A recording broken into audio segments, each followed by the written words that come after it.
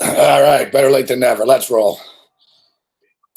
This fucking hotel, I just locked myself in the bathroom, man. I got stuck in an elevator a couple of minutes ago with an Indian dude was really panicking. Fuck. I told him, I looked at him, I said, I had a feeling that was going to happen. He didn't say anything to me, he just looked at me.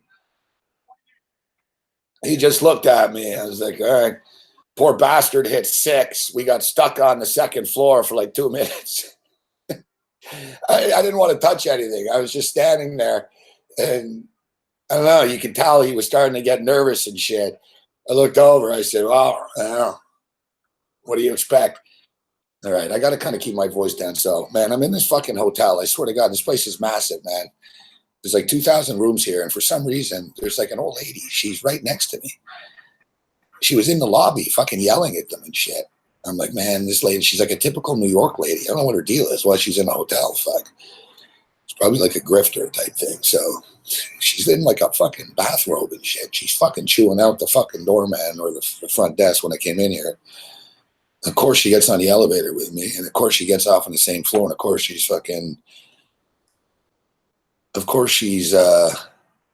in the room right next to me. It was bizarre. It's very, very strange. I didn't say a word to her. I don't really like. Do I sound ultra Canadian? Like I didn't even talk to her. I was in the elevator. I said, "How you doing?" And she asked me. She goes, "Are you Canadian by any chance?" I wasn't wearing anything Canadian. I said, "Yeah." She's like an old lady. She goes, "Yeah, I thought so." She goes, I watch a lot of hockey. She goes, "I know the worst till Canada because I watch hockey." And she goes, "This hotel fucking sucks, doesn't it?"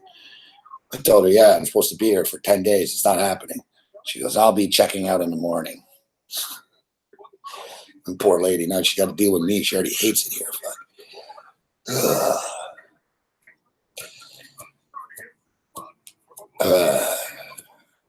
No one really gets it.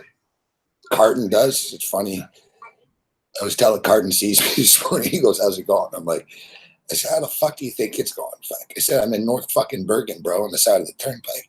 He goes, "Yeah, but you just made it. You're in the big time now." He started laughing. I said, "Yeah, yeah." He goes, "I told you could stay with me, but I can't stay. I can't. I'm a grown man. I can't be staying with people." Maybe I'll go to his house and watch the games. But last night, I know you guys enjoyed the show from the Sportsbook.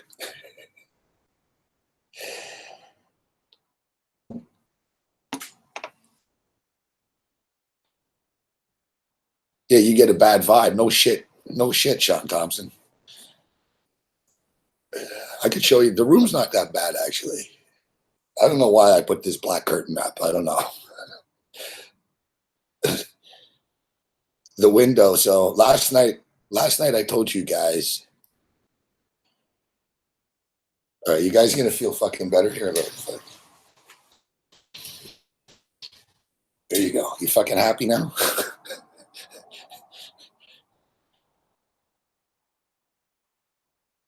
There. Yeah, you happy?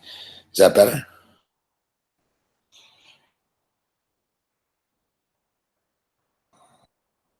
I got to stay around here because of the plug. All right. I always got plug issues. So I got to stay in this corner of the room for the plug. Anyways, my voice is shot anyway, so I can't yell. Although I know it takes away from the rage a little bit. You can't make this shit up, guys. Like, it's just comical. Fuck. I told you about my driver. I got a personal driver now. Fuck. This fucking chick gets in. She's basically now insane. I pretty much got the vibe when I got in the car the first time that whatever I needed, she could help me out with. So it was the third time I'm in the car with her tonight, and she knew she saw me smoking weed. But when I got into the car last night, and she was kind of grinning to her friend, and today I get in, so she goes right to it. She goes, "Yeah, I've been around a long time, and people know that I can help them out." So then she starts talking about weed. She goes, everyone, all my friends and my family smoke weed. She goes, "I don't smoke weed though." She goes, "I work too much to smoke weed." Then she just drops it. She goes, "But I really, really like coke." She goes, "I have no problem with cocaine, but," she goes, "marijuana makes me uninspired." She goes, "I do a bump and I'm ready to go." I'm just thinking, like, if all the fucking people in this city somehow, like, my personal driver fucking telling me as she's driving, she's looking over at me, fucking, she's like, "Oh, I don't do weed, but I like cocaine." She's trying. I'm thinking, "Oh, this is fucking great." Like, what are you gonna say? Like, I was just like, and she asked me, "Do you do what do you say to someone?" I told her, "Well, I have." So I told her I'm not opposed to it. But I said, a little older now, so I kind of take it easier. She goes, "Oh, yeah, yeah, of course, of course."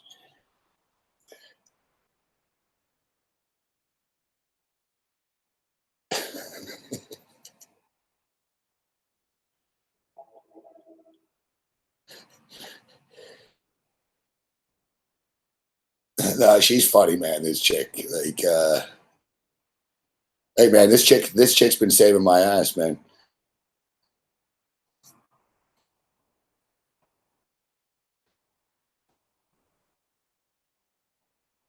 All right, I don't like the start of this football game. It's like betting on a baseball game. It's like betting on a baseball game that there's a rain delay. It fucks the pitchers up.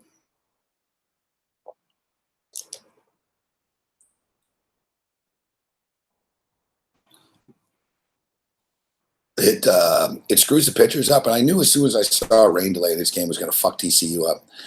SMU is going up and down the field on these guys right now. Thing is, once TCU make a couple of plays, the tide will turn in this game. But I do give credit to SMU.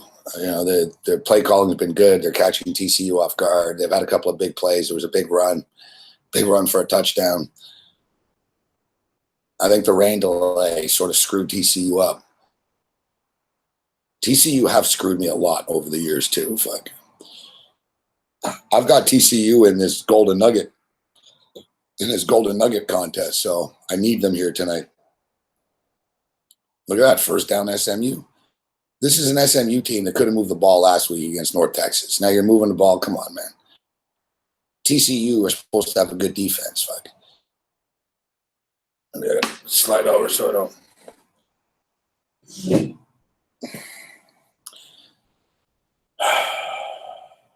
All right, so Monday night, we're here tonight. Tomorrow night, oh, nearly intercepted.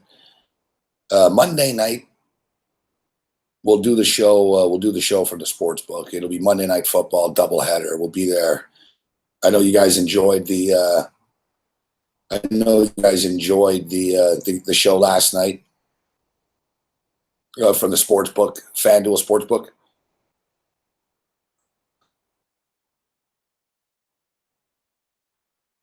And in fact, now, man, there's a lot of shit going on. In fact, now there's already talk of, hey, why don't we just do Game Time Decisions radio every day from the FanDuel Sportsbook? Like, in theory, I'm like, yeah. It's like, man, it's a lot of traveling. That's what I'm thinking. They sort of read my mind on that. And they're like, all right, how about like on Mondays and Monday night footballs and shit like that? I'm like, yeah, I can live with that. Like, it's like, holy crap, I'm going to be on the Carton Show every morning and I'm going to be at the fucking Meadowlands racetrack daily. Like, it's a little extreme. The food there is terrible. Fuck. Can't believe for a racetrack as big as the Meadowlands, like they have one fucking food stand and it sucks.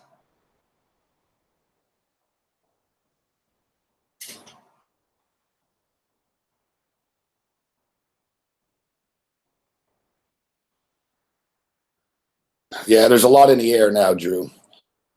You didn't see my FanDuel video? I'm anxiously awaiting my current FanDuel videos to be released. Fuck. Guys, I did fucking a breakdown for all 15 NFL games today for FanDuel.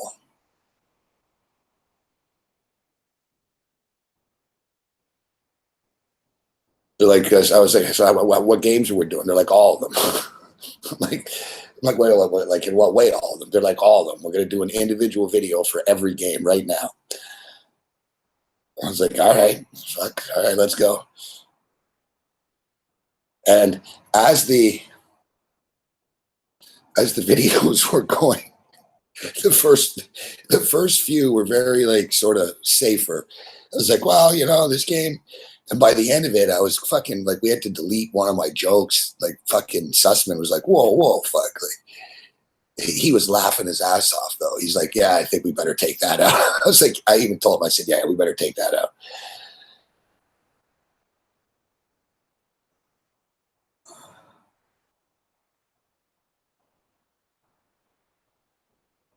Yeah, look, what's up, bro? Yeah, looks like now we're on Team FanDuel now. We're on Team FanDuel. Like I said, my videos, they should be up. I'm looking, man. I'm like, fuck, it took me an hour to do these things. FanDuel has a new site. It's called The Duel. The Duel. All right, here it is. The Duel. Keep a close eye. I worked today for the first time with Maria Marino. That chick's gonna be a star in a couple of years. Like you're gonna see this chick's gonna be on ESPN, like a sideline reporter, or she'll be doing WNBA or something. I've been around a lot of talent and stuff. You can tell this chick is This chick is good. Like, she's doing Mets games now and shit. She's going to climb the ladder fast.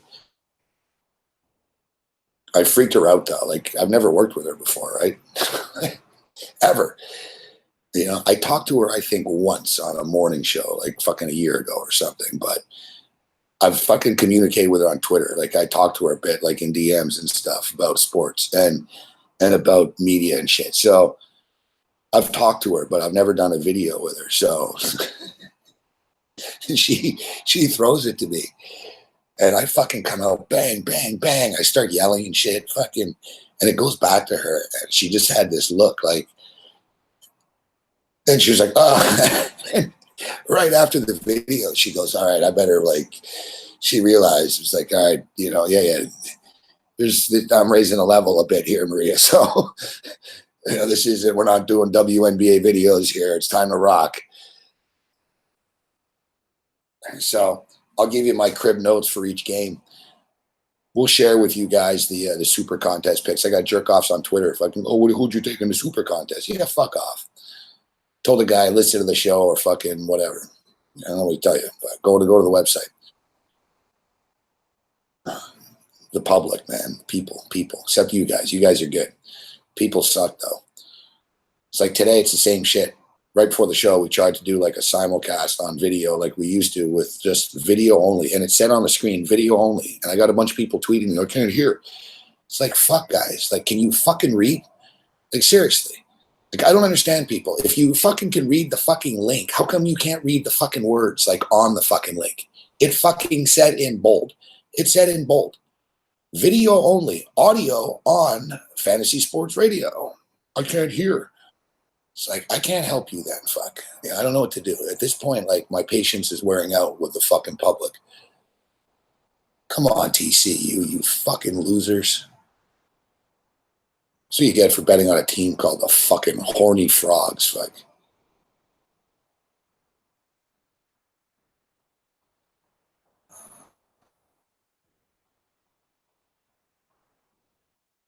Oh, yeah, people are just stupid, fuck. They just are. Twitter gets dumber by the day, fuck. Like, they need to fucking create like a new social media platform so these fuck faces on Twitter will leave and go, and Twitter can go back to being just fucking what it was.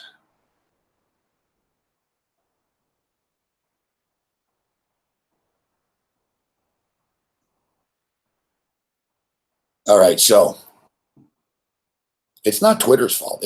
What's up, Bruce? It's not really Twitter's fault. I got nothing against Twitter. It's people, fuck. People are just stupid, fuck. They say stupid things. They don't think.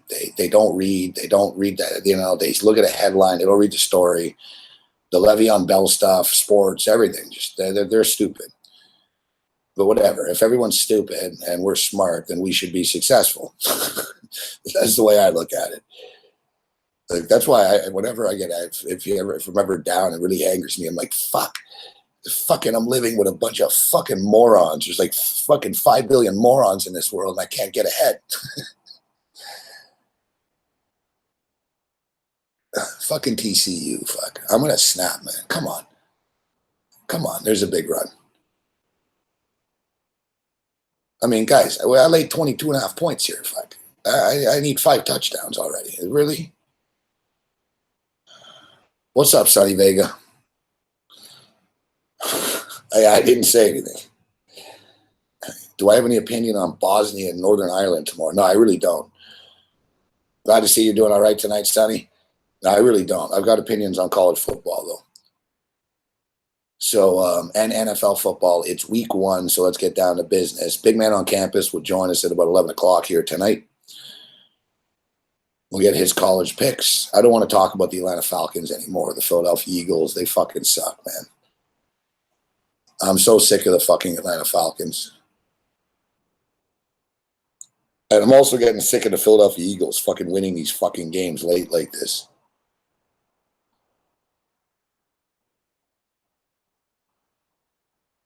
Like, I knew that was, I don't want to talk about it, but it's just I'm still upset about it. It's just, come on, you stupid idiot on TCU. Like, can you guys catch a fucking football? What the fuck's wrong with this kid? Like, seriously.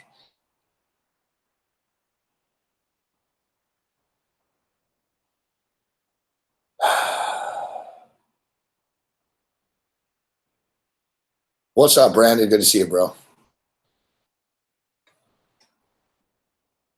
Number one, I'm sick and tired of people blaming fucking Sarkisian all the time. Listen, I'm not Sarkisian's biggest fan here, but fucking Matt Ryan, man. Whatever. Matt Ryan cost them the fucking game last year in the playoffs. Matt Ryan cost them the game last night. It's pretty simple. It's Matt Ryan.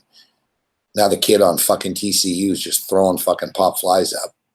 I didn't realize their quarterback was this shit.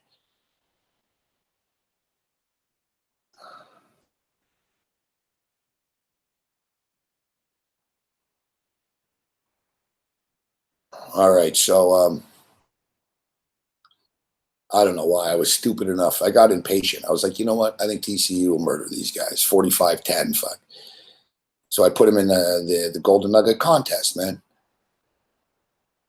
I've also got tomorrow. What do you want? We'll go. Well, let's blast through. Let's talk NFL right now.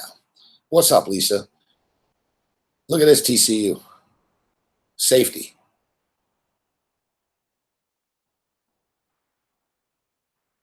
It's going to be a safety.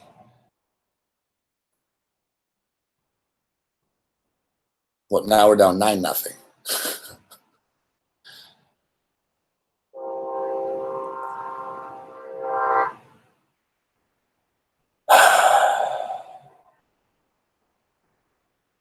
Good to see you, Lisa. Although I'm disappointed, Lisa. I thought you were going to call me today. I thought you were going to call me. This is fucking traffic out here. Symphony of Destruction. What's up, Big? Well, this is really an embarrassment for Texas Christian. Like SMU are terrible. Fuck. Like SMU are a terrible football team. They have terrible players. It's a terrible facility. It's a terrible university. They're terrible. And you're losing 9-0. Fuck. You should get fired, Patterson.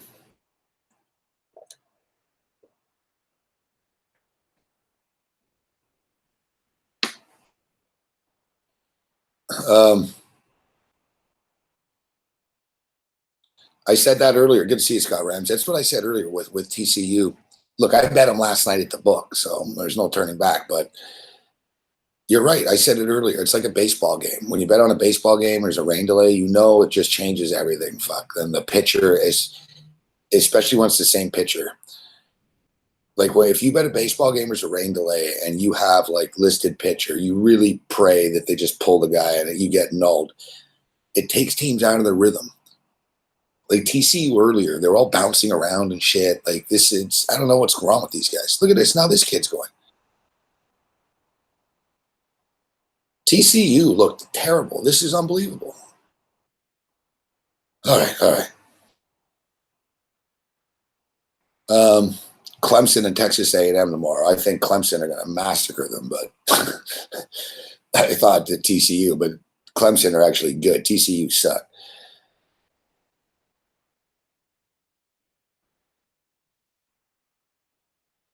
I think Texas A&M are way overrated.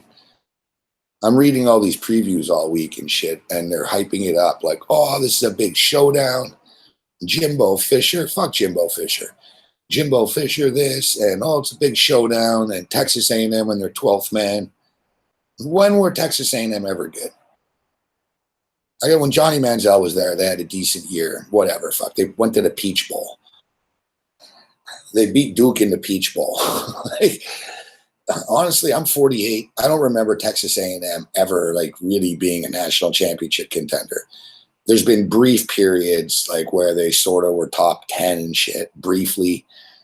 They've never been anything, you know?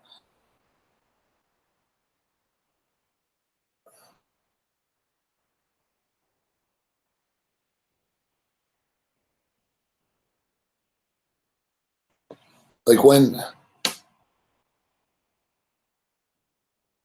what's up, Taylor? Can you hear the honking? What's up, Elio? You're 48. So what does that mean?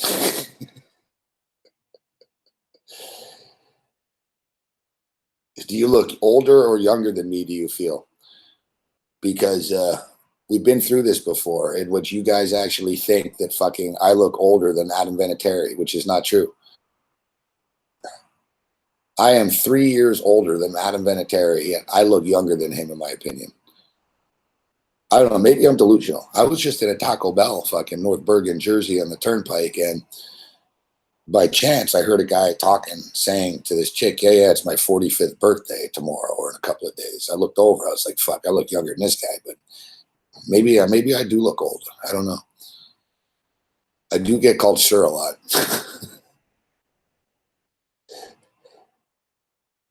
How's that not a penalty? Where's the flag? You just ran the fucking kid over. What am I watching here?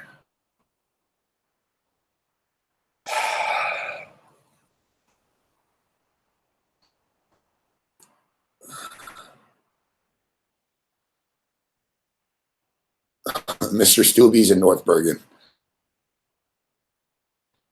What's up, Stubby?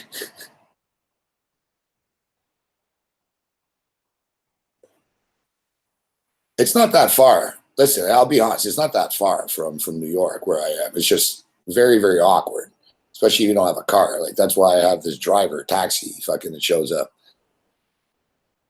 But the thing is, I'm saving money here. Now I'm saving money here, but I didn't book this place. It was Cardano. I blame Cardano. So I'm saving money, but I'm spending all this money on taxis and this chick driving me around. The only reason I'm putting up with this now is because it's relatively close to the sports book. So let's be real, fuck.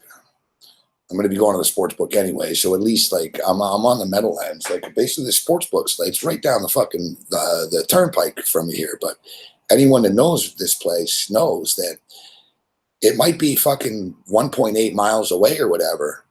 You can't control the traffic, fuck. There's 2 lanes, man. All right, what do you want to do, fuck? So it takes a while, and it's unpredictable. It's annoying, fuck. It's like $25 to go 2 miles because of the fucking, you know. And then once you get to the facility, oh yeah, last night I didn't tell you guys. I didn't see you since then. So last night, the chick picks me up after fucking the game there, right? So I go out. Chick picks me up. We got fucking lost. She got lost. All right. In Giant Stadium. I told her, fuck. So we're driving. She fucking turns left. And I'm kind of casual. I'm like, man, I hope she knows where she's going. And I'm like, no, she doesn't, fuck. And she goes, I've been here before, but it's kind of dark now. And she's fucking in the parking lot. And I know.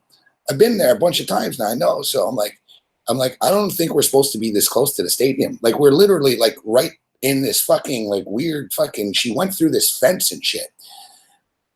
And then fucking, she turns even more again. And we're basically like, I realized, I was like, holy fuck. I even told her, I said, man, I thought security would be better. I told her, we're basically in the fucking stadium now. I said, if you keep driving, we're going to be on the field. I was all paranoid, man. I was like, fucking security are going to bum rush. I see this Puerto Rican chick. She's like, no, we're good. And she kept going deeper and deeper. And finally I told her, I was like, no, don't turn. No. I was like, you got to go back, fuck. I'm just thinking, holy fuck, man. And I told you before, that stadium creeps me out, man. All right. The whole area creeps me out. The Meadowlands is creepy. Fuck. This whole area is creepy. So I'm getting all creeped out. This fucking massive stadium. I'm like, fuck, we shouldn't be here.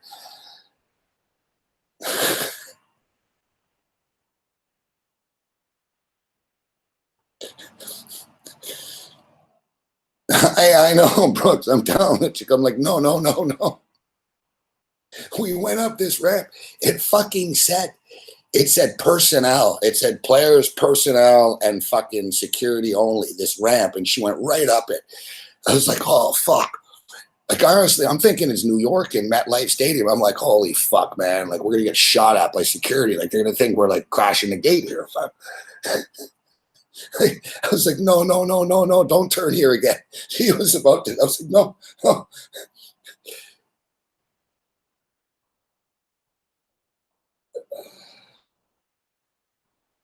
But she's fucking hardcore, man. She goes, no, trust me. And then she fucking plows through. She cut through some lane. And then she looked at me and she goes, I just saved us 15 minutes. And boom, she's on the highway. So then I realized I'm not going to doubt this chick anymore. She knows what she's doing. She's just hardcore and fucking decided to cut through the Giants facility for a shortcut.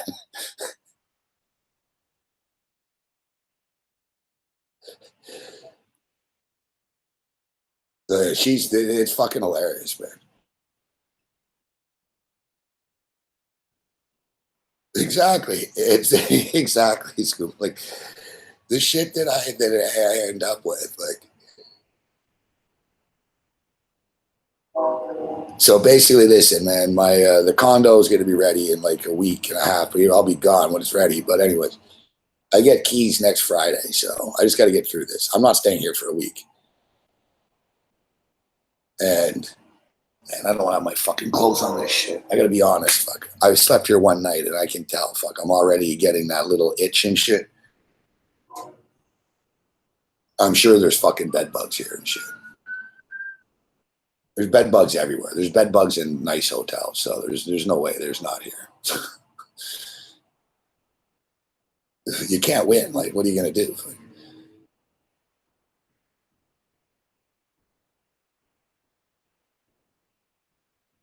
So I tried. I looked up. I want you guys right now. I want you guys right now. Someone have fun with this. Look up hotels in New York for next week. Look how much the price is. It's fucking Fashion Week. It's $700 a night. Fuck.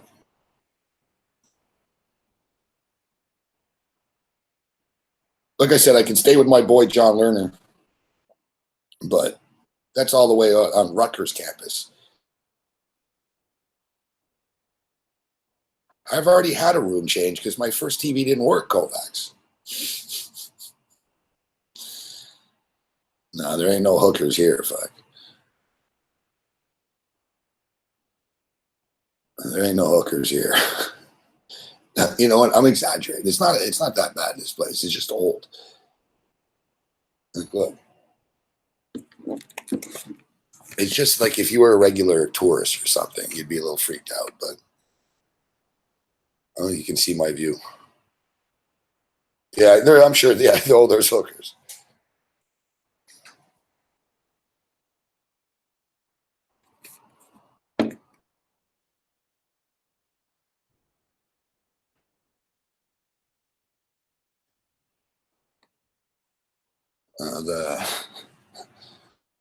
The Meadowlands Stadium is it's like over there on the other side, kind of. The windows are a little too dirty to see. Now you can't see the stadium. I don't have a stadium view or anything like that, but I just walked up to the Taco Bell on the side of the turnpike and they got killed. Fuck. Uh, Once I was up there, I was like, oh yeah, yeah, you can sort of see it in the distance. The stadium's out there. There's the Lincoln Tunnel. Lincoln Tunnel, famous Lincoln Tunnel. Look at all the traffic. Like, it's coming from like all fucking angles too.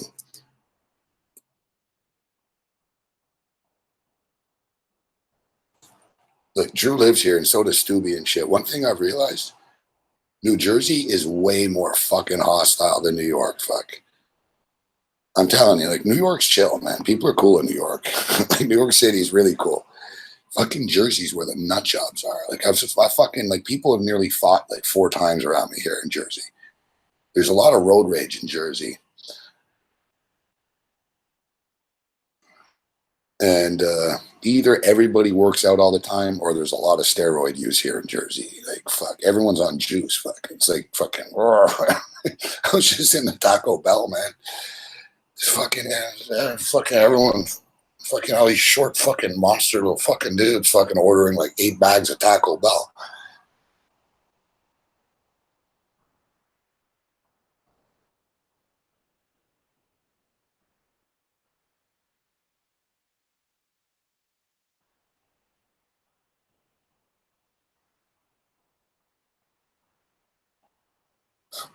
Brian Rose says there's some ruthless people. Yeah, people in Jersey are meaner, Ro. In Weehawken, it's all right.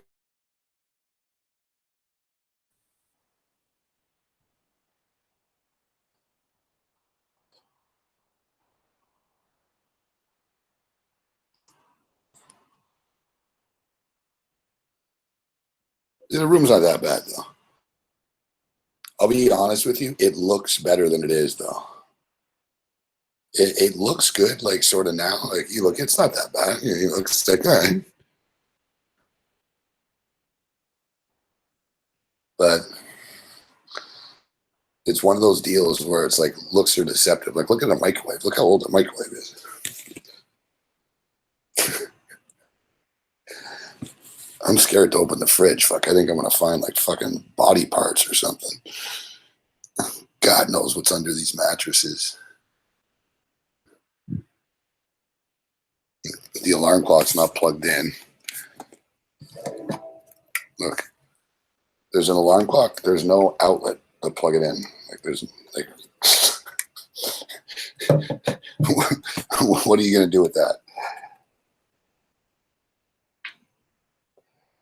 It's funny. Even the driver lady, fuck. There's a restaurant bar on the fucking 12th floor here. That's where the hookers probably are. And I asked the chick, I said, what's the deal with the restaurant up there? I said, I know it's not good, but is it really bad? She goes, whatever you do, don't eat there. It's like, you know, this is like a local chick here. She's like, whatever you know. She's like, no, don't eat there.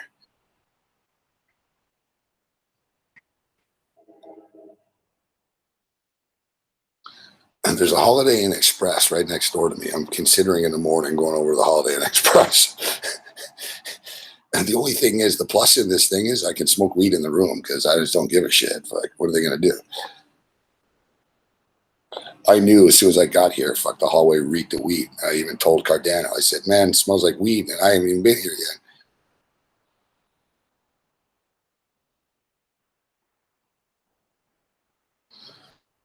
Yeah, there's the view. This is it. And the thing is, listen, I'm not a bitch. Fuck, I lived on the street before, so whatever. I'm not, you know, whatever.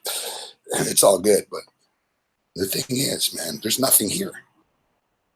There's a gas station across the street there.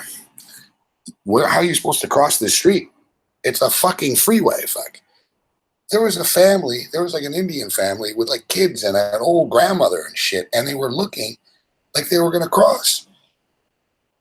And the wife was like, no. And the father wanted to do it. It's like, dude, I wouldn't even try to do this. You're going to bring your family across this fucking Jersey fucking turnpike because there's a fucking stop sign? I see, oh yeah, the cars have stopped briefly. You'd have to be fucking Usain Bolt, man, to get through that. You'd be like, dude, I just saw the light. Yeah, good luck. Like, I don't even know who designed this fucking place. Like I got the Penske across the street. It's like Costanza. I'm working on the Penske file. Look at the windows. Like, dear God. Listen, fuck. I'm not a germaphobe or anything, man, but I don't even want to touch anything here. Fuck.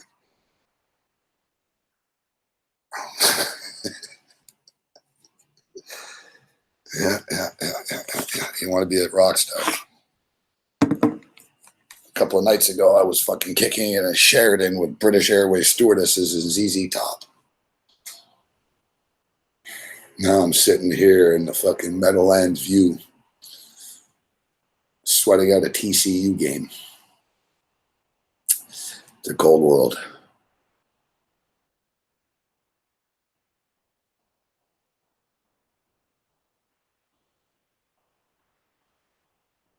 You're not Penske material.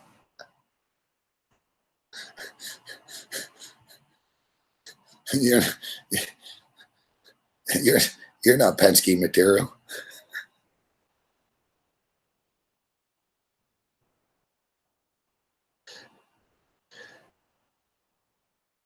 That episode is great.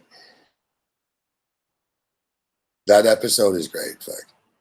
But of course, always we're gonna give you the job. But of course, and then he leaves. This damn city, they tow his car. This fucking city.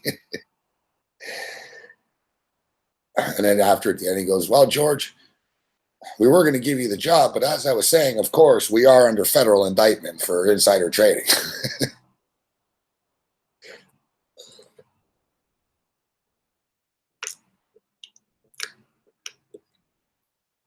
Thank you very much, Brooks. Thank you.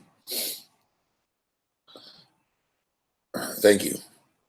So, yeah, I was hoping I could fucking stay in a different hotel this week, but I don't know where I can go. It's too expensive. A buddy of mine, John Lerner, lives near New Brunswick out there by Rutgers, and he offered me, he's got a room. He said, you could stay here, and, but the guy lives with his wife, and,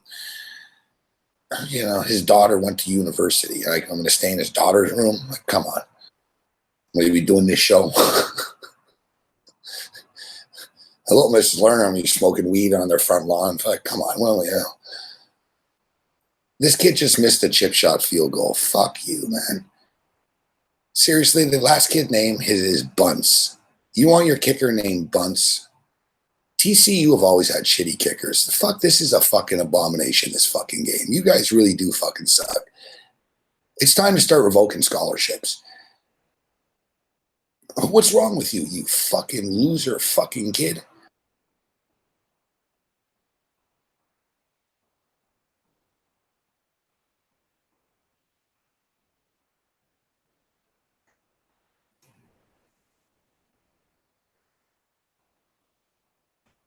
This is an embarrassment. This is an embarrassment. I'm the one embarrassed. I'm the one that took them. Can't blame them. Settle down, Nick. Good to see you, Nick, Papa Giorgio, but still early. Once TCU gets a little momentum going, it'll start to snowball, but it's frustrating. Like they can't execute. I thought they were going to score a touchdown the last drive.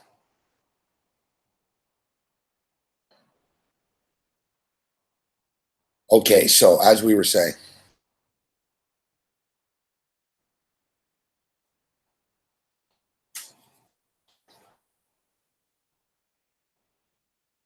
yeah, no, exactly, Kyle. What did I tell them? Like, listen, fuck.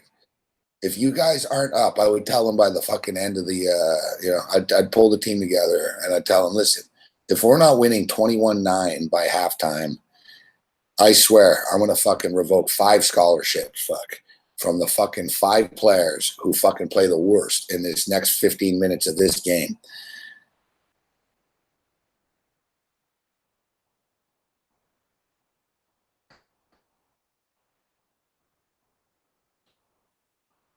All right, so the games that I'm on tomorrow, the college games that stuck out to me the most. I'm taking Northwestern in the morning. Northwestern to beat Duke. I think Duke are overrated, and I think Northwestern are underrated.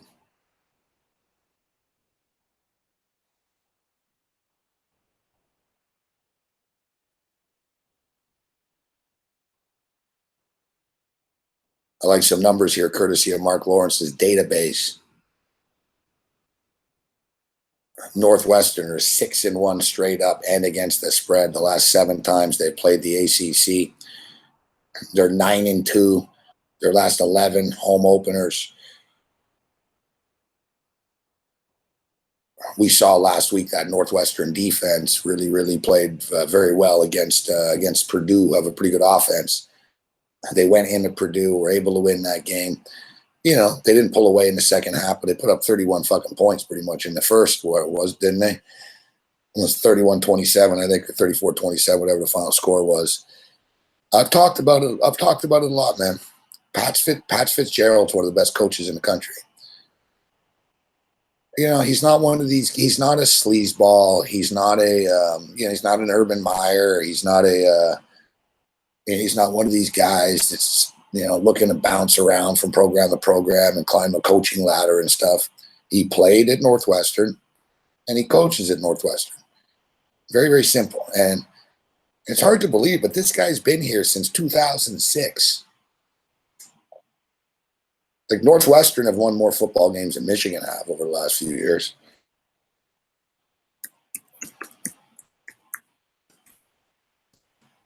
Northwestern are one of the most underrated college programs in America.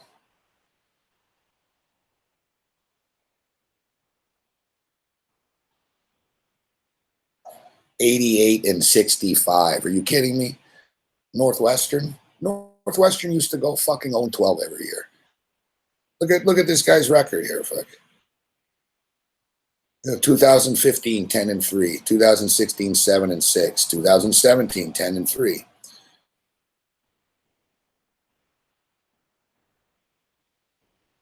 Look at the bowl games. Won the Music City Bowl, won the Pinstripe Bowl, won the Gator Bowl. Like he's been on a roll. And listen, I'm not saying Northwestern are winning any titles or anything like that. But what I'm saying is Northwestern are a program that the average college football fan doesn't watch, doesn't pay attention to, doesn't see them on television, and just thinks, fuck Northwestern. Who are they? I never heard of one of their players. Like Northwestern haven't had a player taken in the first 4 rounds of the NFL draft in like 10 years or something. He's just an all-around solid college football coach. And the thing is, Northwestern, you got to be smart to go there. So they're also not, it's not a sleazeball operation, right? So they're not getting the top-notch kids. So it goes to show how good he is at coaching them up. Like they're better than Illinois are. The program's way better than Illinois is.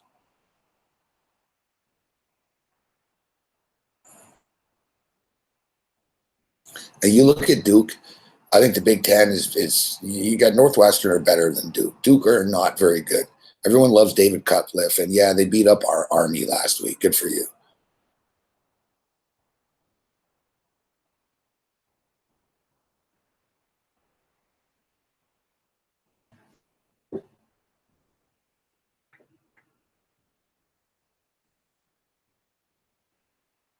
Exactly. They're scrappy. They're well coached.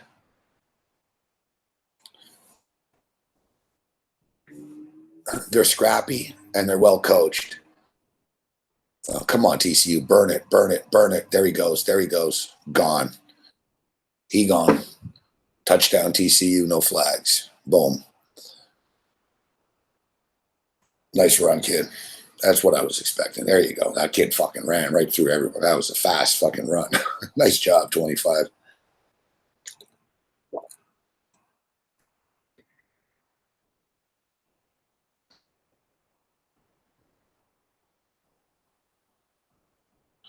Yeah, exactly. He gone. Brandon Boyd, exactly. Old Hawk Harrelson there. He gone.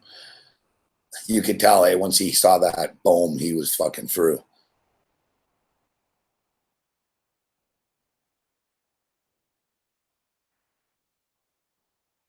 Um, Arizona at Houston. Very tough game, Javier Castro, but is it? I don't want to be too obvious here, but I'm going to go with the Houston Cougars. It's not one of my top picks. I'll tell you my top picks, all right? And I'll get to this Houston game, but I think Houston beat Arizona. The picks that I put in the Golden Nugget contest were TCU. We'll see if that works out. Northwestern. Another one of my top picks, Central Michigan. I'll get to the game, I promise, Javier Castro. Central Michigan. Central Michigan are only 5-point favorites against Kansas. Kansas lost to Nicholls State last week. Like Kansas are that bad. Like Kansas really are that bad. Like I don't think Kansas could beat Hofstra. Like the level of football that Kansas plays is beyond subpar, and they can't. It's to the point where the Kansas Jayhawks they can't beat FCS teams. We talked about Kansas and them not being able to win fucking 3 games this year or get to 4 games in their win total, and they're doomed. Exactly. Lisa and her friends could beat too soon. I'm sorry. There was Hofstra football. There was. I met one of Carton's buddies yesterday. He was all pissed off that we don't talk Maris football enough. It's like, fuck. He's like, hey, you guys don't talk Marist. So, as I was saying, guys, Kansas are really that bad, okay? Central Michigan are going to roll them.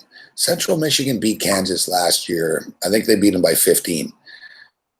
The game was in Kansas, and they beat them by 15. Central Michigan had their hands full. Had their hands full last week, but who did they play last week? They played someone good. Who did they play? Central Michigan.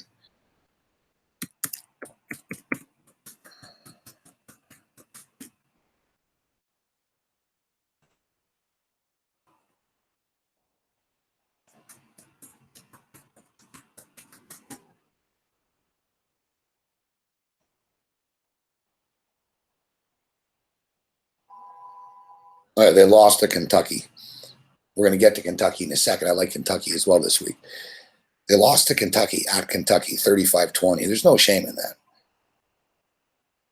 There's no shame in that. It's a tough spot. Kentucky are an SEC team. Kentucky are a good SEC team this year. I think a very good SEC team this year is Kentucky. So I have no problem with them losing. They got it out of their way. Now they step onto the field against a team that's not Kentucky. Like the kids on Kansas will not be as fast. They will not. You know what I mean? It's a whole other world. The Chips will beat them by 7. They'll beat them by 10. I'm not saying they're going to beat them by 38, but you only have to win by 5 or 6, right? It's 5, so. What the fuck's going on here? I thought that fucking TCU just got the ball back. Is it a fucking penalty or something? What the fuck, man? I thought we were getting the ball back. So, yeah, I like here, let me get the picks up. Fuck. Oh, this next one, a lot of you fucking people, I don't like that. You can't do that, Gabe. So I'm taking Central Michigan -5. Central Michigan -5 against the Kansas Jayhawks.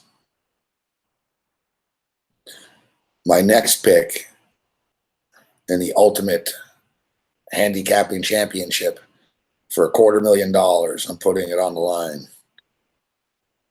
I'm taking Arkansas State. Fuck. Arkansas State plus 36.5 at Alabama.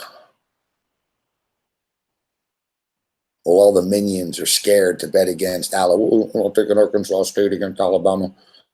Well, that's why the spread's 36.5, and that's why I'm taking it. It's too many points. It's too many points. Nick Saban is 1-11 against the spread. He's 1-11 against the spread when favored by more than 28 points against a non-conference opponent.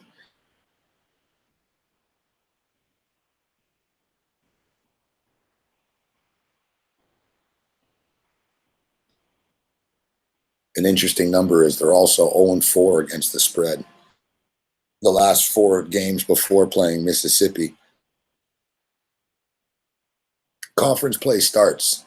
Listen, there's always a chance Alabama wins any game they play in 50-3, right?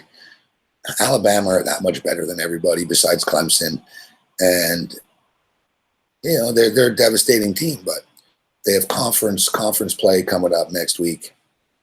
And historically, as in 1-12, 1-11, Nick Saban doesn't care. Like he won't. There's a pattern here, and it repeats itself time and time again. Not to mention, Arkansas State can play. Now, Arkansas State aren't anywhere near the level that Alabama are when I say they can play, but Arkansas State will make a few plays in this game. Also, Nick Saban is 0-5 against the spread with Alabama as a non-conference favorite of more than 28 points when playing an SEC opener in a following week. 0-5. So basically, guys, it's basically the week 2 game. The last 5 years, the game before conference play, they don't cover. You know, they're tuning up. Fuck, they're not out here like Louisville was different. Louisville was a nationally televised game. Louisville is a respected program. I mean, they would have been better with Lamar Jackson, but they're, you know, it was the first game of the year, the quarterback situation. It's just different. Like this is it's an annual thing, and every year nobody ever wants to take it. That's why the number's so high. I remember winning this bet with Fresno State. I believe it was last year. I remember winning this bet with fucking Colorado State 2 years ago. I remember winning this bet with Colorado State. Like I think they had a little thing with Colorado State. They never cover these games. All we need is Arkansas State to fucking, you know, if they can score once, fuck, we're gonna get this.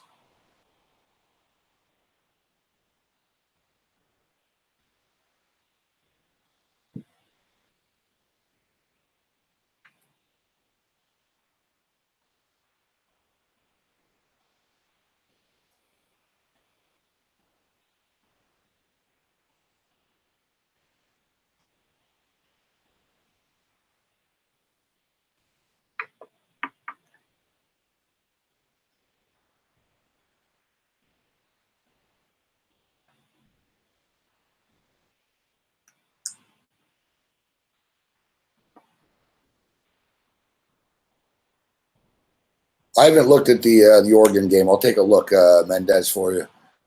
Come on, TCU. Let's get a touchdown here. Little reverse. It's not going anywhere.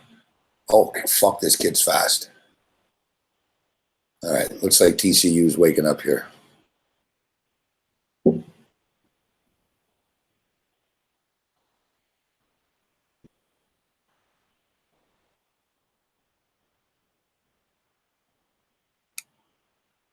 You never know if the plugs are going to work here.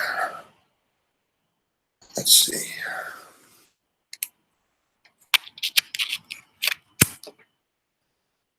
Yeah. Oh, it's fucking awkward here. Okay. All right. Yeah, we'll send Big Man the link in a minute here. I'm going to move the table back. Fuck off. Fuck, man. Jesus, fuck me. Sick of this shit.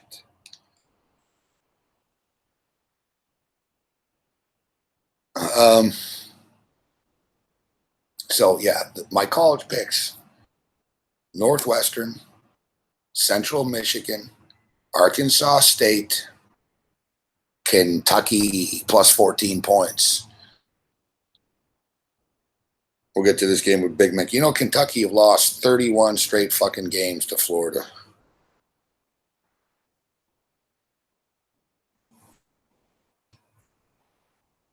Fuck, this is annoying, man. These fucking places with their fucking lack of fucking plugs, man.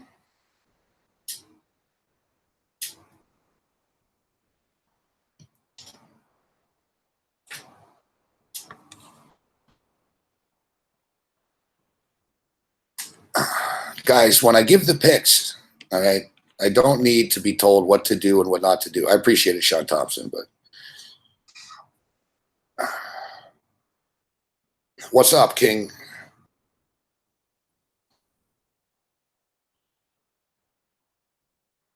Although I don't know if it's the real. It's not King Rail, it's King Snail. See, we got another imposter. Not in the mood, we're gonna kick you out.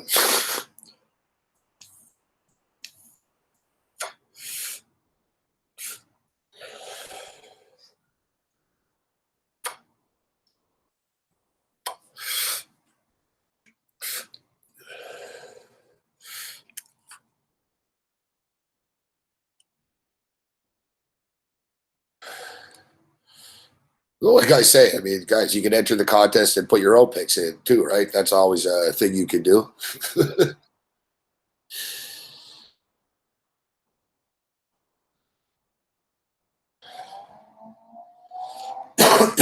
No, this is separate, actually, Drew. It's separate. I got these vape pens earlier in the week.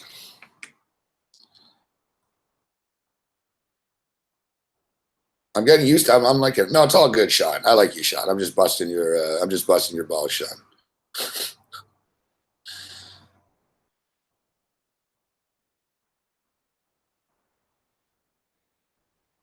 Yeah, like it happens during. We'll give you our super contest picks in a minute or after. We'll give you our super contest picks tonight. I can see it too. Oh, don't do that. Oh no. Look, oh no. It's like, well, listen, we put fucking $1,800 in this contest to do it, and then a bunch of dudes that didn't put $1,800 in the contest will tell me what to do in the contest.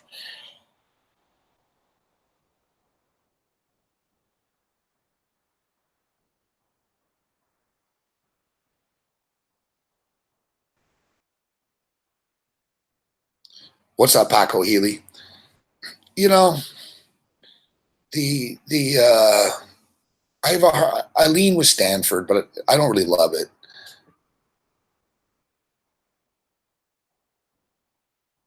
I don't really love it. You saw Stanford had their hands full with San Diego State last week. USC didn't look great against UNLV, but they took care of business.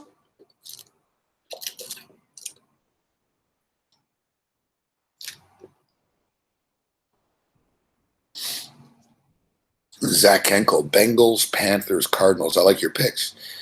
I'm staying away from Michigan and Western Michigan. I don't trust Michigan. I don't trust Michigan laying 28 in this spot.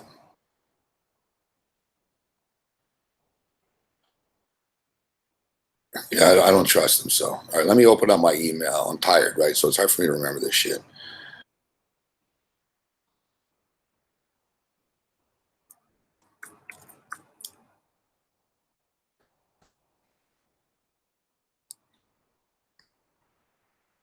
TCU is moving the ball. They're on the 30-yard line.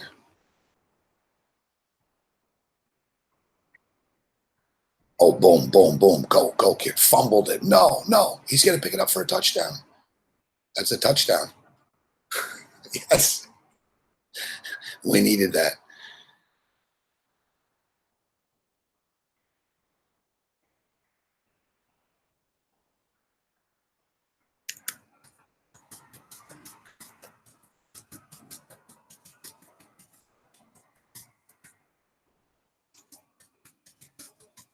Okay, now listen.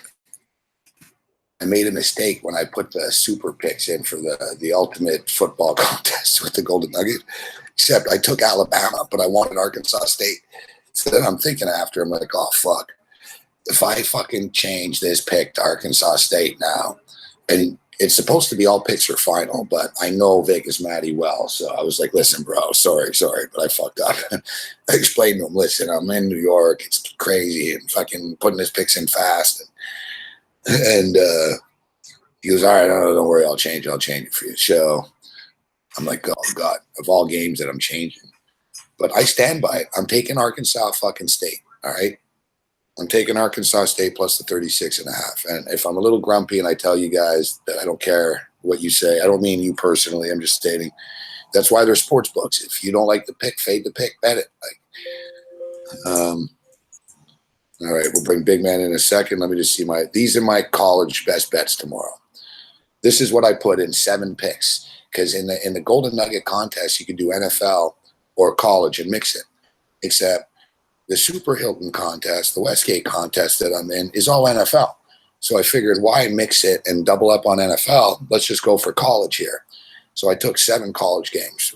TCU minus 22.5, Northwestern minus 2.5, Central Michigan minus 5, Arkansas State plus 36.5, Kentucky plus 14, Clemson minus 12, and the Pittsburgh Panthers plus 8.5. Those are my Golden Nugget Ultimate Championship picks. Let's bring Big Man. We'll get to our Super Contest NFL picks a little bit later on. Let's bring Big Man in. What's going on, Big Man? Hey, Gabe. How are you? Good. It's the first time you're ever louder than me, your voice. Yeah, you're whispering tonight, I see. Yeah. There's like an old lady sleeping next to me. Oh, really? Oh, well, not next to me, not in my room. I thought she meant she's in your bed. I was like, oh, all right. No. Oh, you want to keep it down. I get that. She can't hear anyway, so who cares? Oh, God, your T-shirt, I just noticed your shirt. Like that, huh? And I'm sure the chat's going to light up. Have you worn this shirt before, or is this a new one? No, I just got it recently. Let's see this shirt. I mean, we all have our things, right? All right, we're going to ask people in the chat, please do not delve into political talk here this evening. I mean, I think people already kind of know. I think people know where my stance is anyway. So no, I know. Hey, Gabe, listen, before I start, I would like to say rest in peace to one of my favorite rappers ever, Mac Miller, one of the great rappers of my childhood, my kind of early 20s. He was a talented individual, one of the best in the game, and I was very sad to see him go today. Very unexpected. Yeah, unfortunately, only 26 years old, right? 26, yeah. He's had substance abuse problems, but Gabe, when I tell you he was a real rapper, he was a real rapper. This guy, every freestyle was off the top of his head. He was extremely talented. I remember seeing him when I was a kid, and I was like 20 at the time. It was when he was just getting popular, and it was a talented guy, man.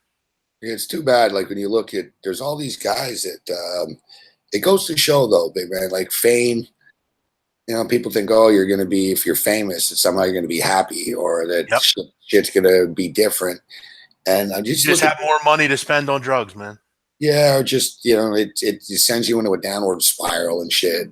Look at the, I didn't really even know him, but look at that big, the DJ kid, fuck. Oh, yeah, Avicii, sure. Yeah, look at him. Like the kid was miserable. He's 20 years old. He's a multimillionaire. He's a big star. He hated it. Fuck. I think a lot of these people just want regular lives, and it's either that or, he dated Ariana Grande. People are saying that maybe he took the breakup hard. I don't know. Who knows? Oh, this is the guy that. Oh yeah. Yeah, he dated her for about 2 years. So, I mean, breakups are tough, man. That's SNL guy now. Yeah, Pete Davidson. Yeah. Yeah, I mean, you never know you never know how that gets to people. Yeah. It's. But he threw like even all the drugs and alcohol. Like he was still like, I don't know. I mean, again, though, it's an overdose. It can happen to anybody, but it's a shame, man. A lot of people dying from drugs, man. Whether you know them, you don't know them. It's no, exactly. 26 of anybody. It's sad to hear, especially somebody that sure, that had a lot of things going on. It's sad. So, what do you think of this game? TCU were a little slow, but clearly they've woken up. And I said earlier that I think they can get to a 21-9 lead by the half, and they look pissed off right now. This is the TCU team I expected out of the gate tonight, but I think that delay sort of threw them for a little bit of a loop, sort of like a baseball team when that pitcher fucking gets thrown out of his rhythm, big man. Yeah, well, look, I'm sure hoping it's 21-9. I'm on the over in this game. I bet it early this week. I felt good about it. Even this morning, the fucking weather said, 30% chance of rain. Train the whole fucking game. I mean, I guess you can only do so much with weather, but we got to hope. We've had some real freak plays in this game. I mean, they got to start moving the ball kind of the right way. 21-9 would be great. You're halfway there. I'd even prefer fucking stupid camera. There we go. I'd almost prefer fucking let's get 28-9. I'm on TCU. You're on the over, so I prefer take anything. Give me any point. Yeah, I mean, how typical was that fumble though? It goes out of bounds instead of it can't go to like the 1 yard, letting go out of bounds. It goes out of the end zone. Yeah, but we got to break. We both got to break there with the TCU touchdown. The kid. I was scared that the kid was going to come in and slide in and just kick it out of bounds. Yeah. Well, plus you got a punt return too, so it was slick that he slid in and Okay, so college football, as I mentioned, I'll run down my games quickly, and then you can tell me what you like after. If you got some best bets to share, a couple of games you like, and of course you can check out Big Man's and Donnie's website, rightwager.com. Yeah, we've had a rough start. We need to get on. Baseball's hurting Donnie. I'm 1-2 in football, so we need to get on board this week. Yeah, no, you guys will.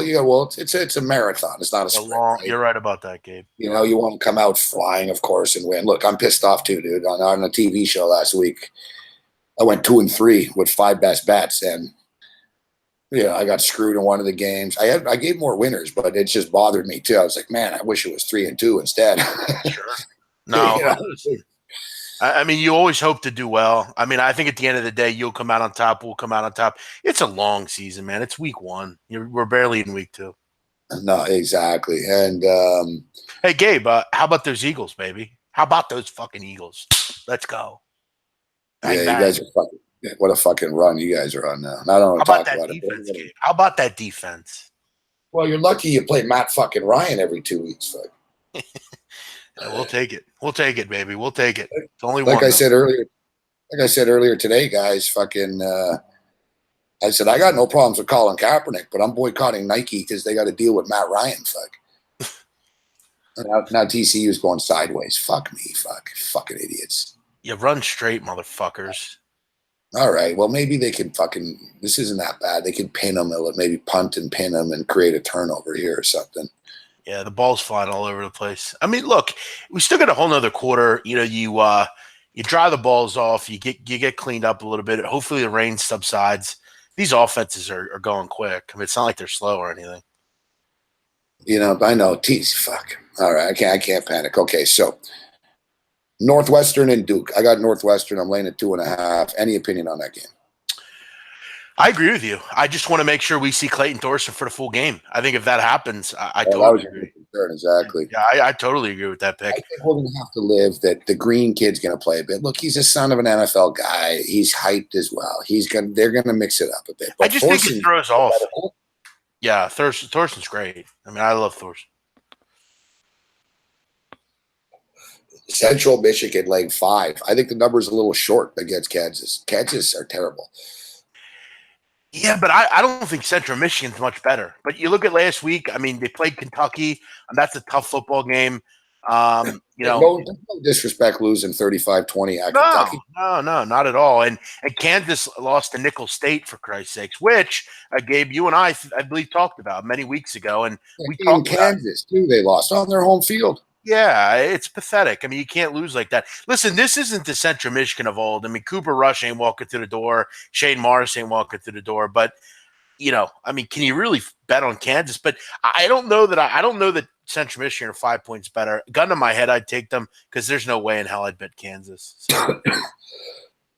Oh, they're 5 points better. Sure. No, their quarterback's not bad. He's okay. Tony Polian, he's okay player. I think it's like a 31-21 type of game, something like that. Their coach is good. Sure. John Bonamine. Yeah, they're good. All right. Why don't Kings? Who the fuck is this King Snail? Get a fucking life, will you? Christ. You go back on the log. This your fam loyalties, everything. Bunch of weirdos, man. Yeah, it's poor King Rail guy. I don't know why he's got like these fake fucking people that come around him. It's insane. Fucking nut jobs. I was talking about it earlier. Like, there's just so many nut jobs out here, big man. Fuck. There's a lot of weird fucking people in this world. I know. I try to be nice to people online and shit on Twitter and respond, and you still get bullshit. Fuck. You know what I mean? Yeah, people like seeing. I've given up. Like, it doesn't. I don't care. Like, people say stupid shit. I'm not even saying like insulting me, but just their stupid arguments and shit. I don't care. Like, I don't even read it anymore.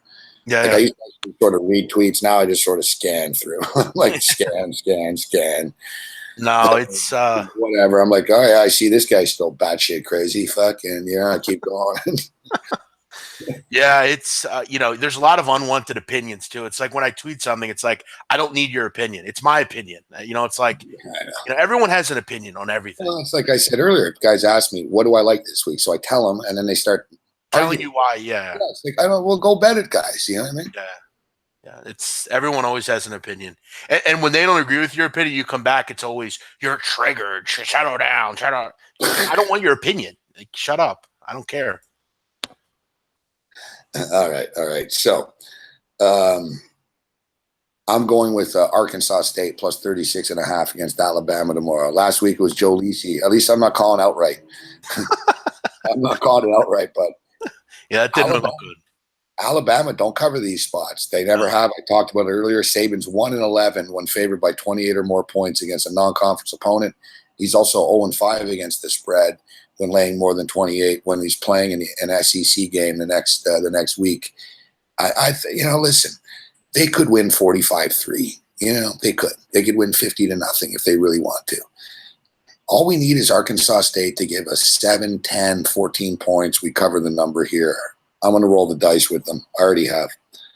I mean, with the offense they run, they're going to be in this game. I mean, they can. I mean, they're not going to win or cover or or win. Stay within 20 points, but I think they can hang within the number. I mean, they're good enough. They're going to throw the football around. They have a good quarterback. They're well coached. A lot of points, big man. 37 points. Look, remember what was the game I took? Remember it was a couple of Friday. It was last Friday. It all gets merged. Remember we took the Hilltoppers. Sure. And I had them plus 36. They lost by 32. It's a lot of points. No, it is a lot of points. And Alabama, you're like you discussed, they don't cover these kind of games. Generally Saban has a tie or something to a school and he kind of just takes it easy. Western Kentucky last year, they played Alabama. I believe it was last year. They covered a big number. 37 points, it's 5 touchdowns with a team that can move the football. If Alabama gets up 42-0 in this game and it's going in the fourth quarter, I'm capable, and I think West Kentucky could score 10, or not West Kentucky, Arkansas State could score, I don't know, I think they could score 17. I think that's okay. I would take the points. There's no way I'd be lying here. Oh, yeah, exactly, Sonny Betts. That's what I'm saying. Guy like that. Yeah, big man. Hey, good to see you, Sonny Betts. Yeah, some guy asked me about my contest picks, so I told him I'll do them. I'll read them on the show. Or I said, you should have listened to the radio show. I fucking gave him today. He goes, I don't listen to the radio. It's not 1994. So it's like these people, like all these people on Twitter, it's like they think that it's our job. Like, I don't get paid by Twitter to post pics. You know what I mean? Right. I do it because I'm nice and I like some guys on Twitter, but it's to the point where, listen, I post my pics on Patreon. I host 1 million shows a day. I don't hide the pics. I talk about what I'm giving all day. Yep. It's like, if you don't tune in, then it's not my problem. What do you want me to do? Yeah, people think you're going to search them out and like send the pics to them. It's like, hey, here you go. That's how when I didn't sell picks and I didn't get your pick today. Well, look, I can only do it one way. I do a show and I give the picks out, and that's how I do it. I can't just pick you out and try to find you and send them to you. My other favorite one, Gabe, is this one. When you have a game, right? Like this game we're on right now, we have the over, right? People contact me and go, what do you think about this over? I mean, I'm rooting for it to go over. I think I'm hoping it will. I mean, we're at 23 points. We need another touchdown by half. I'm feeling, I guess, okay. I'm hoping the rain stops. What am I supposed to say? No, I don't think it's going to win, or what do you say? I've realized this too. If you notice, I'm not freaking out about the game. I really do. I've said this, a million times, man. We don't control anything. God does. It's God's playbook. Like, sure. We bet the game. We sit back and we'll know in the next 3 hours. You know what I mean? Right. Yeah, we don't control, guys. We can bitch. We can cheer. I love when people say too, I have the over, but I'm have this, so I don't know what to pull for. It's like, yeah, like you're going to pull for something that makes a difference. Like all these people yelling at the TV, we have zero impact on this game. Like, I definitely yell at the TV, but it's more of just a thing that I do. That's for yourself, right? Yeah. It's like, even like, we can't send these guy vibes. I can't get in like the quarterback's head right now. Whatever happens in Dallas, Texas tonight is because whatever happens in this kid's life, it's his path, not ours. Right? So like, we got to accept it. I mean, they're pulling out of their own end zone. It's not us that just got hit and tackled. It's the kid, right?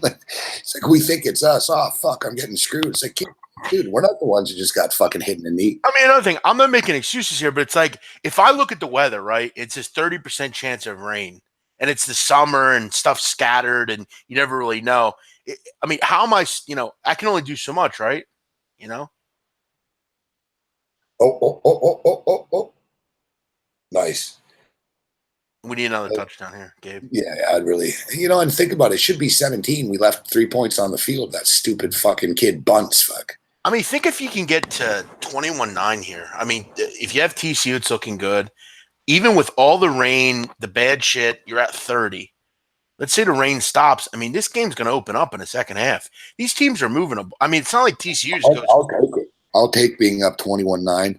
That means we're up fucking 12 points. And, 2 touchdowns gets me there, gets me over the 22.5, right? Sure.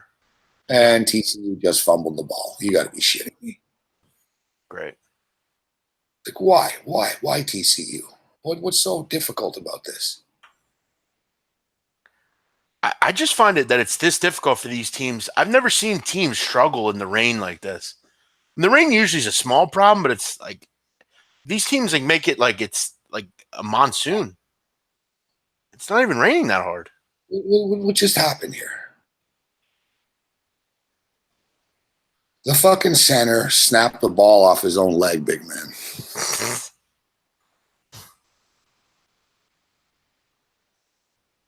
He snapped the ball off like his foot. Going into the 35-yard line, looking good. Every time they're moving the ball. Why the fuck off? If they have a big play here, I'm going to snap. Okay, so we talked about Arkansas State. What do you think of Kentucky and Florida? Florida beating them 31 times in a row. It sounds hard to even say that. In fact, look, you're not even 31 years old, right? No, so in your lifetime, think about that. In your lifetime, it was 86 the last time they beat them, right? Kentucky has never beaten them, but they have covered, and they've come fucking close the last few years in painful fashion and lost. Crazy lightning, holy fuck! Wait, the lightning just hit in this game? No, fuck, outside my window. Oh shit! I thought you meant in this game. I'll take lightning at this point. Yeah, I just saw it actually in the background. That was creepy. Yeah, it's like a crazy light show. It's fucking. This is a tough game. I mean, Kentucky wants to run the ball, Gabe. I mean, Florida is very good at stopping the run. I don't know. I'm not a big Kentucky guy. I don't like Mark Stoops a whole lot. They want to run the ball with Benny Snell, give him the football, give him 20, 25 carries.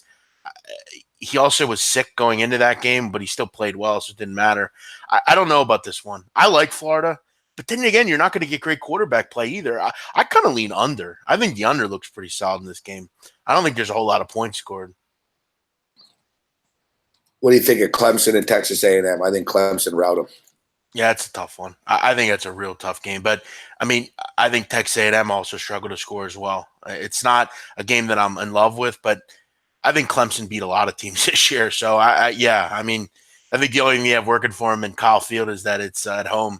But that's another game where rain was going to be an issue, I heard.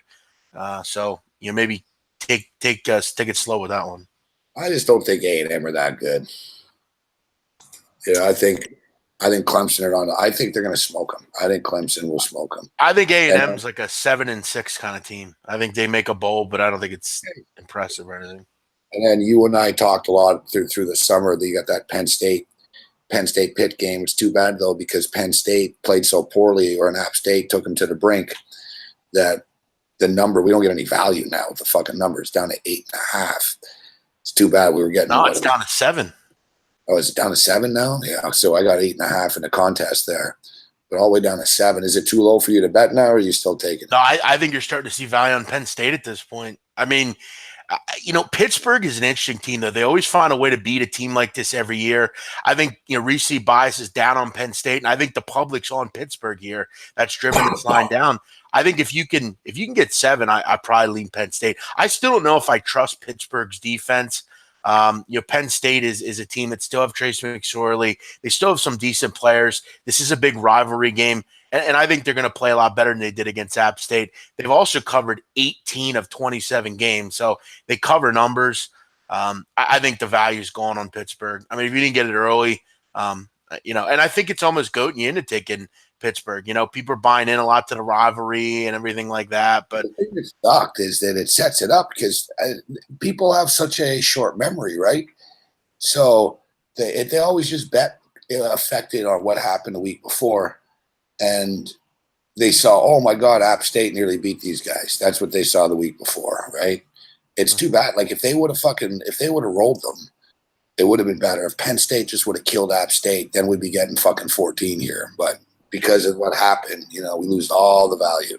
Plus, a big problem I have with Pittsburgh is, I mean, you gave up 263 passing yards to Albany. I mean, that's a lot of yards to give up to Albany through the air. I mean, I don't know how good this defense is. I know they want to say that they've improved and Narduzzi's a defensive guy, but I mean, it's a big step up. Penn State, I'd imagine, is a lot more prepared. It's a big game for them as well. Should be a fucking penalty on SMU for fucking pushing the kid there. Okay, so Kyle asked me if I talked. You know what, Kyle? I haven't talked a ton about the Georgia South Carolina game this week, but I did. We did today. I did with Steve Merrill today on the radio show. But I can't expect you to listen to everything we do, Kyle. I promise during the college football TV show tomorrow, we're going to hit this game extensively. I like Clemson better. I think Texas A&M are going to get drilled out of these two high-profile big games there between Georgia and South Carolina. It's one of these games, big man. In the summertime, I was sort of talking big. Oh, I'll take South Carolina plus the points. But now that it's here, I don't really want to do it. I don't really like Will Muschamp that much as a head coach, and I think South Carolina are kind of. It's always, they're going to do this, they're going to do that. They're the same team all the time. What do you make of this game? Who are you leaning with? I think South Carolina beat Georgia. I think this is a big-time game for this Gamecock team. I think they're very good on offense. Playmakers all over the field. We know Georgia's replacing a lot of guys on defense. This one's kind of sneaking up on them. Second game of the season, now you got a big football game. This isn't Austin Peay. Okay, this is a loaded South Carolina offense at home. I think they give them a real run for their money here. I'm looking towards the Gamecocks. I think this is a tough game in week 2 for a team that lost a lot, coming back. I mean, there's a lot of playmakers on this South Carolina team. Debo Samuel, Gabe, is the best player no one's heard about. You got really good quarterback play with Bentley. You get a good run game. You always got a solid defense with Muschamp there.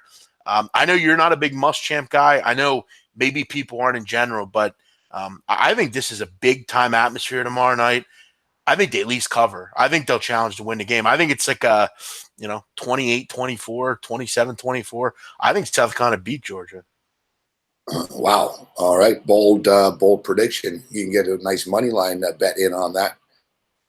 Yeah, I might take a little shot with it. I think this is one of those things where I think South Carolina there's a lot of underrated football teams in this conference. I think Florida's decent, South Carolina, Mississippi State, a lot of good football teams this year. If Alabama find a way to kind of slip up a little bit, it's an interesting conference. A lot of decent teams this year.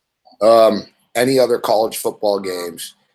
Any other college games we didn't bring up that you're taking a look at? And so somebody asked me earlier, and I promised I'd get to it, about Arizona and Houston.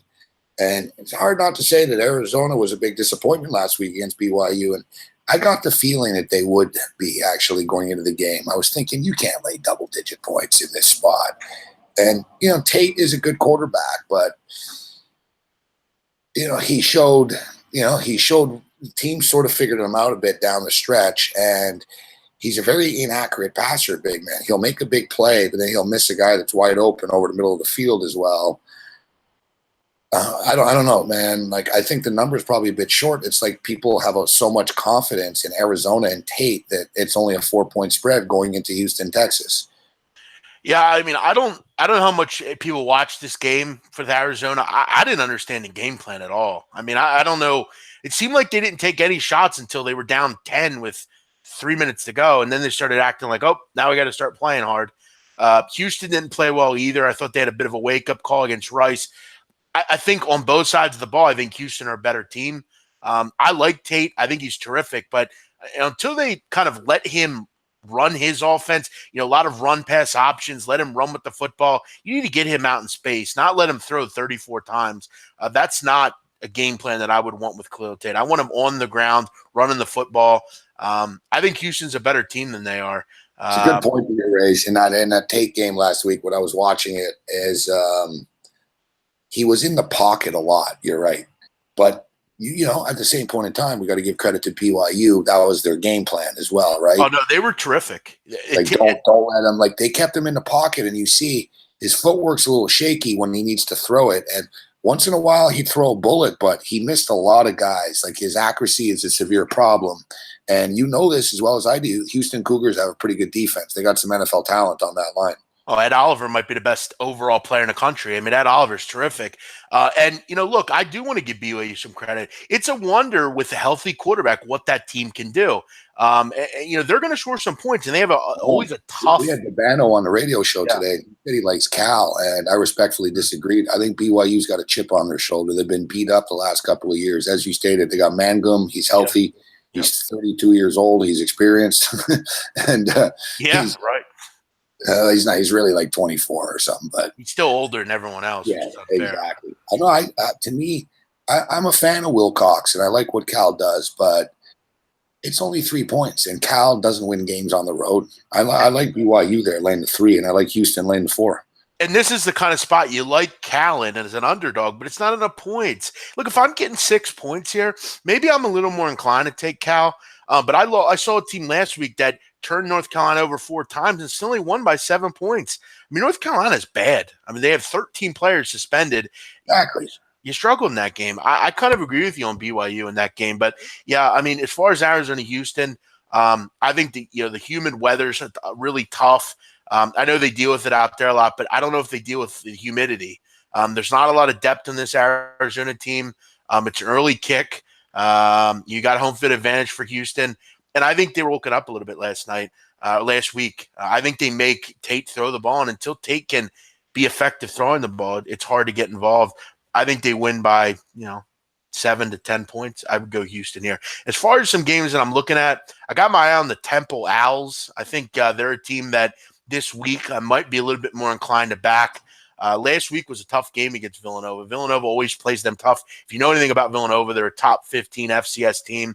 They're always going to play that in-state rivalry tough, that in-city rivalry. You cut out a little bit there, so I missed the team. I heard you're talking about Nova.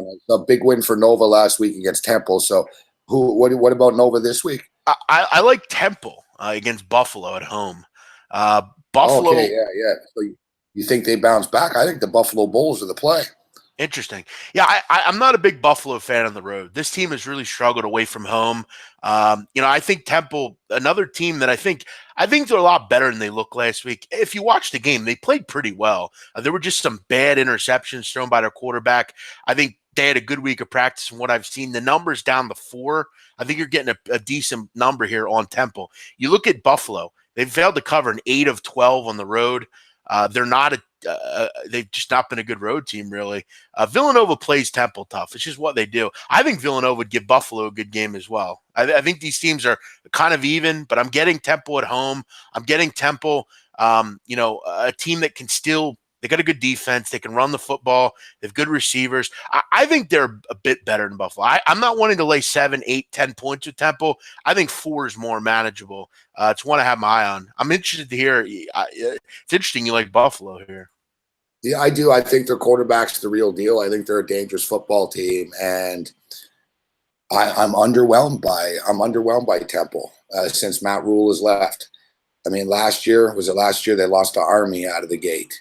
This year you lose to Villanova out of the gate. That's just it's not you can't lose to Villanova, basketball fucking school. I mean, we can talk about Temple's fucking talent and their grit and this and that, but I just think they're a little bit of a challenge team offensively. And I think Buffalo are sort of a little sleeping giant that people don't really know about. And I think they've done a great job recruiting. I don't know how they can fucking get kids to play there, but they've done a decent job recruiting. There's actually just decent kids in the area that end up staying around. And they're so experienced. That's the thing. I think they're a loaded team. Now listen, it's not a best bet for me this week, but I do lean with the Buffalo Bulls. Look, last week some people's eyebrows were raised when I said Liberty's going to beat Old Dominion outright. They smoked them. And I'm almost inclined right now. I don't love it because I think it's a different scenario when you win a home opener. Now you're going on the road, and Army lost to Duke last week. But I was at the book last night, and I was like, fuck it. I'll get in a little piece on Liberty here. So I got Liberty. Yeah, I got him again at 9 or 9.5. I know it came down, so I got him at the window last night. It was funny, big man. I bet the game Liberty. I bet a few college games. I bet the Liberty game. I put 200 on Northwestern. I only put 50 on Liberty there. And he goes, Liberty. He looks, the ticket taker. He goes, Liberty. He goes, do you even know what Liberty University is called? And without missing a beat, I go, the Flames. And he's like, oh, damn. Like, he's shut like, up. really? Take my ticket and shut up. Exactly. But, no one like, oh, Liberty.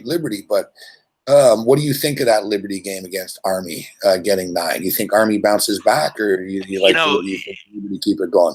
I'll tell you what, Gabe. Here's my problem with Liberty. Okay, what a great win last week. Not going to take anything away from them. That's a big win coming into your first game in the FBS. You win in that fashion. But now that's over. That's done. Now you got to go on the road and you got to take on one of the most disciplined teams in the country. And I'll tell you what's Army this year? They threw the ball, Gabe, 18 times last week. What the hell was that all about? They finally throw the ball now. It's pretty amazing. I think it's a tough high to come off of. It really is. I mean, but Liberty was great. I mean, 591 yards. They were on point. You wonder how much they see the triple option. Probably not a whole lot. But then again, it seems like a lot of teams run it nowadays. I still think the points are probably worth it, but I worry about kind of the coming off that game, the way they want it. Now you got to go on the road. I mean, Army's not going to beat themselves. That's one thing that the military academies do. They don't beat themselves. They're not going to make mistakes.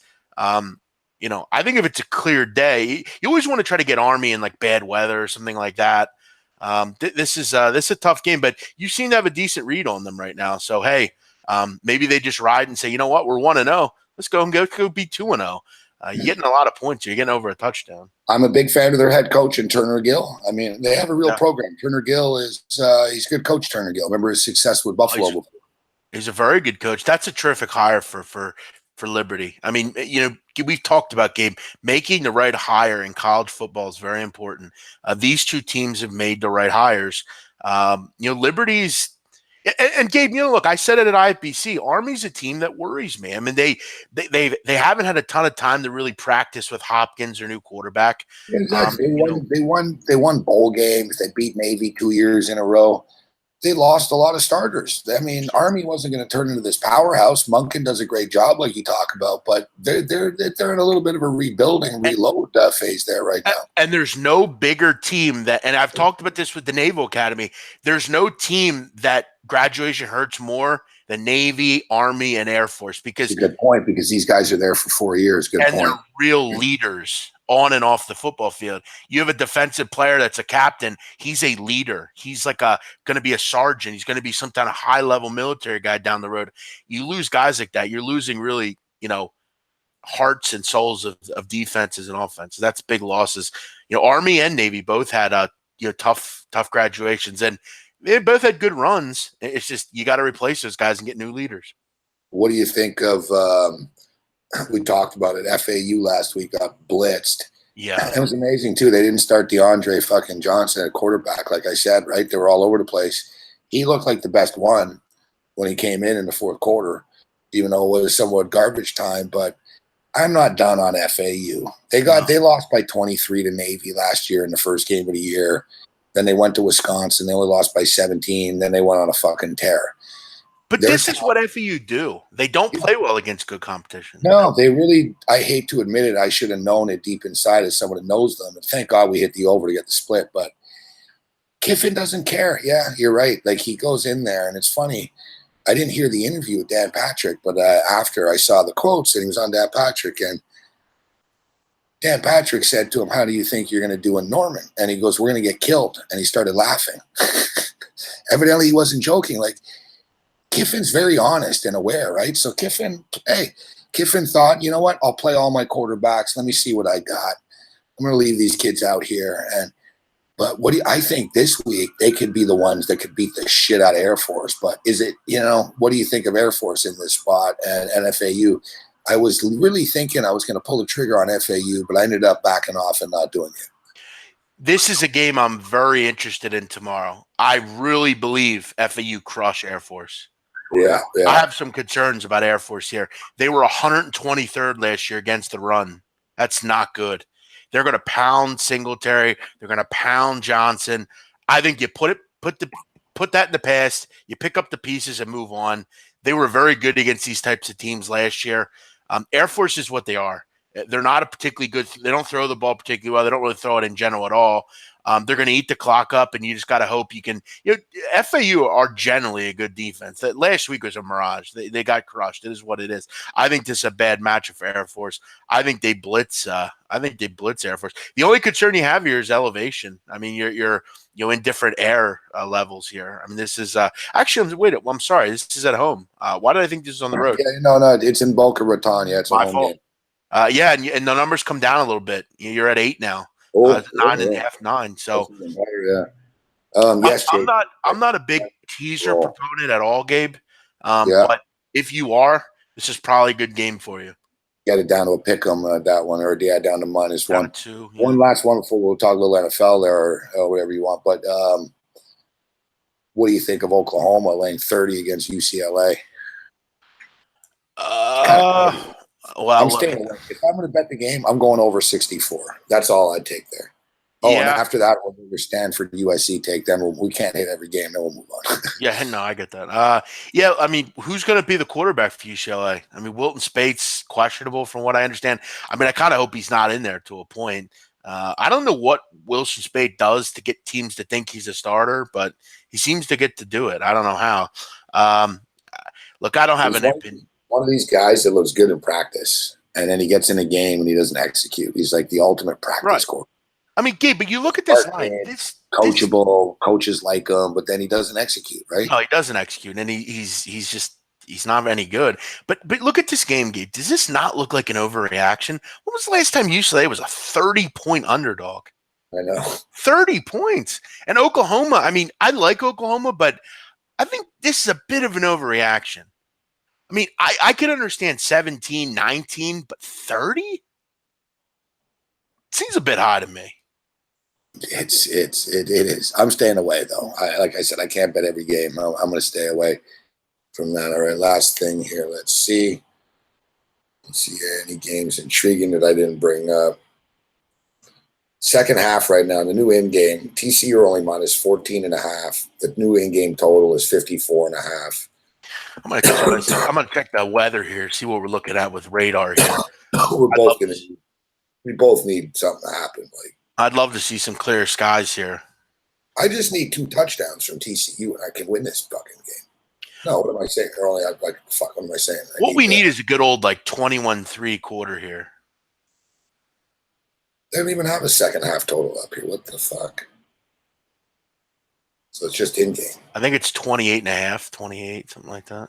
This game's pissing me off. Fucking, I hate TCU has screwed me so many times, big man. I don't know why I trusted them tonight. Fuck.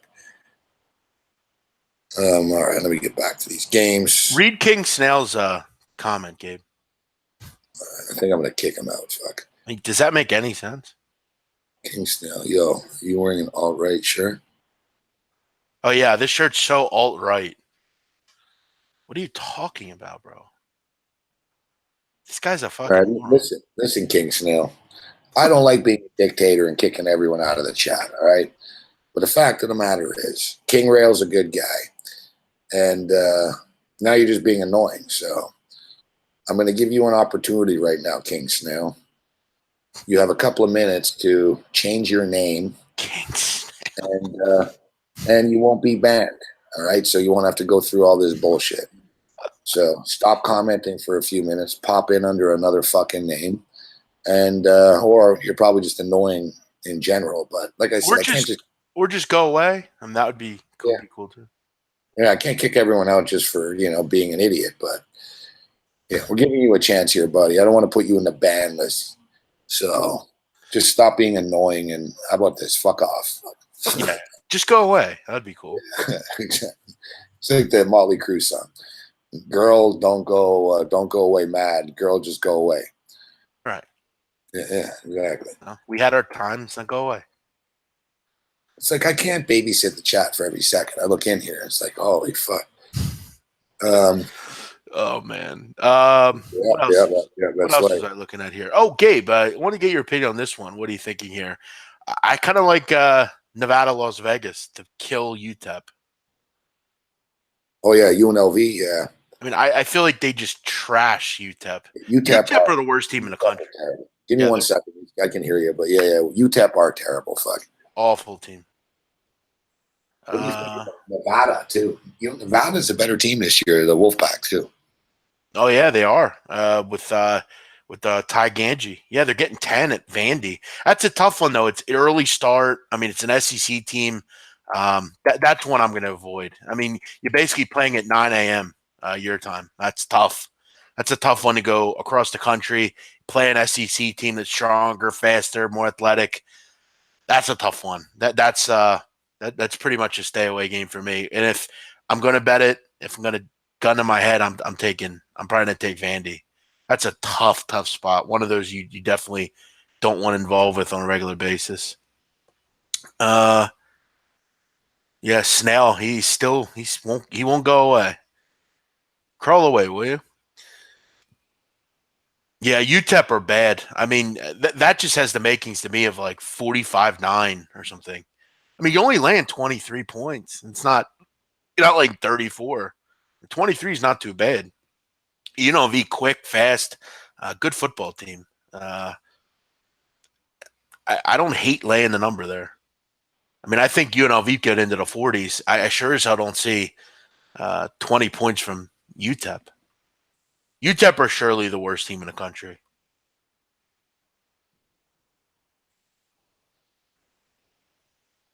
It's supposed to be 106 a kick in Vegas. Yeah, but it's not. Yeah, but it's not humid, luckily. But yeah, still hot. Washington State should destroy San Jose. They should, but that is a lot of points. Can San Jose State score? This is the big question. I mean, what's the total? Wow, total 64 in that game. Seems a bit high to me. I mean, San Jose State, can they score any points? I mean, going from Cal Davis to Washington State's a bit different.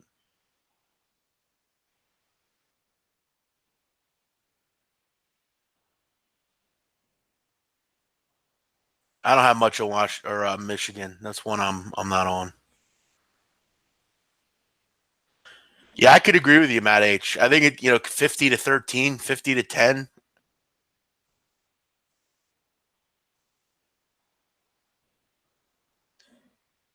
Jump on in, Savage.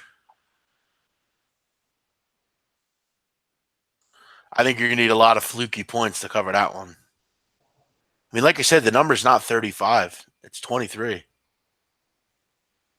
Big men on campus look up. You're starting to freak me out, Yays.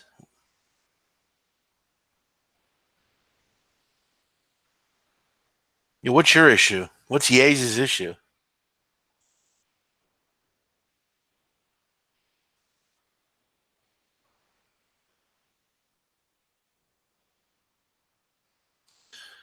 Yeah, listen, King Snell, no one cares, man. We don't need you to name everybody. Nobody cares, bro.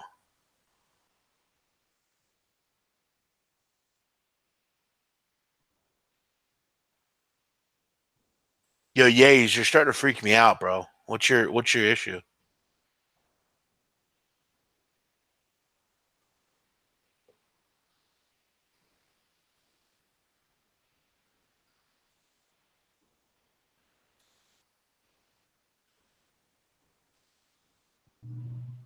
Bro, King Snell really named like everybody in that group.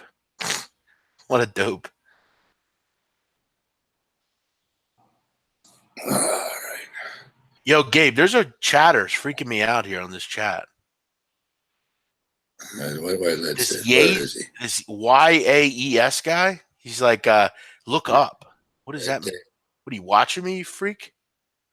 What are you talking about? Under the Yays. It's kind of weird. I don't know. big man. Anyway, likes to go over. Sorry, guys. We just went over 82 games, guys, and that is never enough, huh? Yeah, Matt H. I don't want to relive my poker beats. They were bad. Let's move on from those. Okay. Okay. Before we get to NFL, any soccer? Somebody was asking, so I'm not going to be a dick. Any soccer you like? Right now, soccer's on an international break. We're playing a cup called the League of Nations. Gabe, do you know anything about this cup? Well, you know what? I'm kind of disappointed in myself. I saw that it was on the other night. I see Germany and France playing. I'm like, what is this? Some sort of repeat or something? Like, Yeah, no, It's basically a tournament they added. It's kind of involving the Euro and that kind of thing. It's basically glorified friendlies, but they're making them more important and they're making them more equal to smaller nations, so they have a chance. Tomorrow's games are tough. I kind of like Switzerland against Iceland. Iceland have been really poor lately. They've really kind of lost the luster that they've had over the last couple of years. They've given up a ton of goals. Switzerland looked pretty good at minus 130. Belarus against San Marino. Gabe, San Marino are a team that you could argue are probably the worst team in the world. They're basically made up of doctors and mechanics and shit like that. They have real jobs. Canada can beat San Marino. Say that again? Even Canada could beat San Marino. Oh, Canada! Yeah, Canada would win probably 3-4-0 against San Marino. You have teams like that competing in this tournament. Tomorrow's games are not particularly good though. Kind of like Greece against Estonia and Switzerland. Those two I would have my eye on. People are asking about the Porter fight tomorrow. I know Joey Odessa has been pumping Porter here. Let's see, what are the odds right now? Oh, it's UFC tomorrow too. Fuck, man, there's all kinds of shit going on tomorrow. Yeah, there is a lot going on. I'm happy there's a fight going on at least. Let's see. So what do we got? Where's the fucking? There's my boy David Lemieux minus 225. That's next week. So it's Garcia's minus 163 right now. Sean Porter plus 125. Yeah, I'll take a shot with Sean Porter at plus 125. Small play. Yeah, it's interesting, Gabe. I don't know if you saw out in Vegas, there was a girl I know out there. The girl that got me all the body wash and stuff. She actually knows Sean Porter quite well. They're friends. She told me he's had a terrific camp. He looks fantastic, the best he's ever looked. But you know me, I'm a Philly guy. Look, Danny Garcia is off a loss. A loss that he didn't really fight well in. Keith Thurman really took care of business there. You got to win off Brandon Rios in your next fight, but that was just a tune-up here, really. I think Danny's a slightly better fighter. He's had good success against fighters like this. Porter's going to push inside. He's going to make it rough, try to win one of those brawling type of wars. That left hook, I think, for Garcia will be important in this one. I look for him to edge out. I think it's a split decision. I just think Danny's just a better, more toned fighter. I like Porter. He's a bit of a kind of a junkyard dog kind of fighter. It should be a great fight. I don't think it's much difference. It's a close line for a reason. There's a reason this is bettable. I don't know. I think Sean Porter, the run for him is kind of past maybe a little bit. Both these fighters really need to win. Danny kind of has to get back into good graces, get big fights again. It's another big fight for him. I lean Garcia here. I think he's just a slightly better fighter. I think he wins a split decision. All right, the second half of this game has started. I need 3 touchdowns from TCU. They need to outscore them by 21 points, and I'll cover. Fuck, that'll get me to 23. It's a big possibility. We need a quick touchdown here, big man. You need a touchdown for your over too. No, I know. I need points. The kid just lost yards. Seriously, I don't understand this, man. I get that SMU come out on fire and shit, but I don't understand how you have a whole half to get ready, and now you find yourself in a 3rd and fucking 14. I tell you, this quarterback is not very good for TCU. This fucking Robinson kid. What's his fucking name? Robinson. Hey, Big Ron, I don't know how many times I have to tell you this. I've told you on all the shows during the day. I've told you at 5 o'clock. I've told you every fucking way possible. Fuck off. Do me a favor and fuck off. I can't stand your ass. Stop bothering me and fuck off, okay? You've been trolling me for months now. I'm sick of you. Beat it and fuck off, will you? I don't know where Donnie is. I don't know. Ask him on Twitter. How the fuck would I know where he is? Donnie's probably fucking he's prepping for NFL football right now. I see his fucking little bitch ass in my shows talking shit, commenting on all my videos that I'm a fat fuck and all this stuff. Fuck off, Big Ron. I had nothing to say to you. Beat it. All right? Beat it. Fucking Friday nights. Not in the mood. I like, for the record, I'm a big King Rail fan too. So the only reason I didn't kick King Snail out, and I'm going to in a minute here if he doesn't shut the fuck up. The only reason I didn't is because of that time I kicked fucking Big Dick Donnie out of the chat. Well, I was like, you know what? I was like, oh, this guy's fucking trolling Donnie. I was like, I'm going to kick this guy, Big Dick Donnie. And then I found out, no, Big Dick Donnie is like a cool dude. He's just some other guy named Big Dick Donnie, right? It's not like a Donnie right side. no, Perry.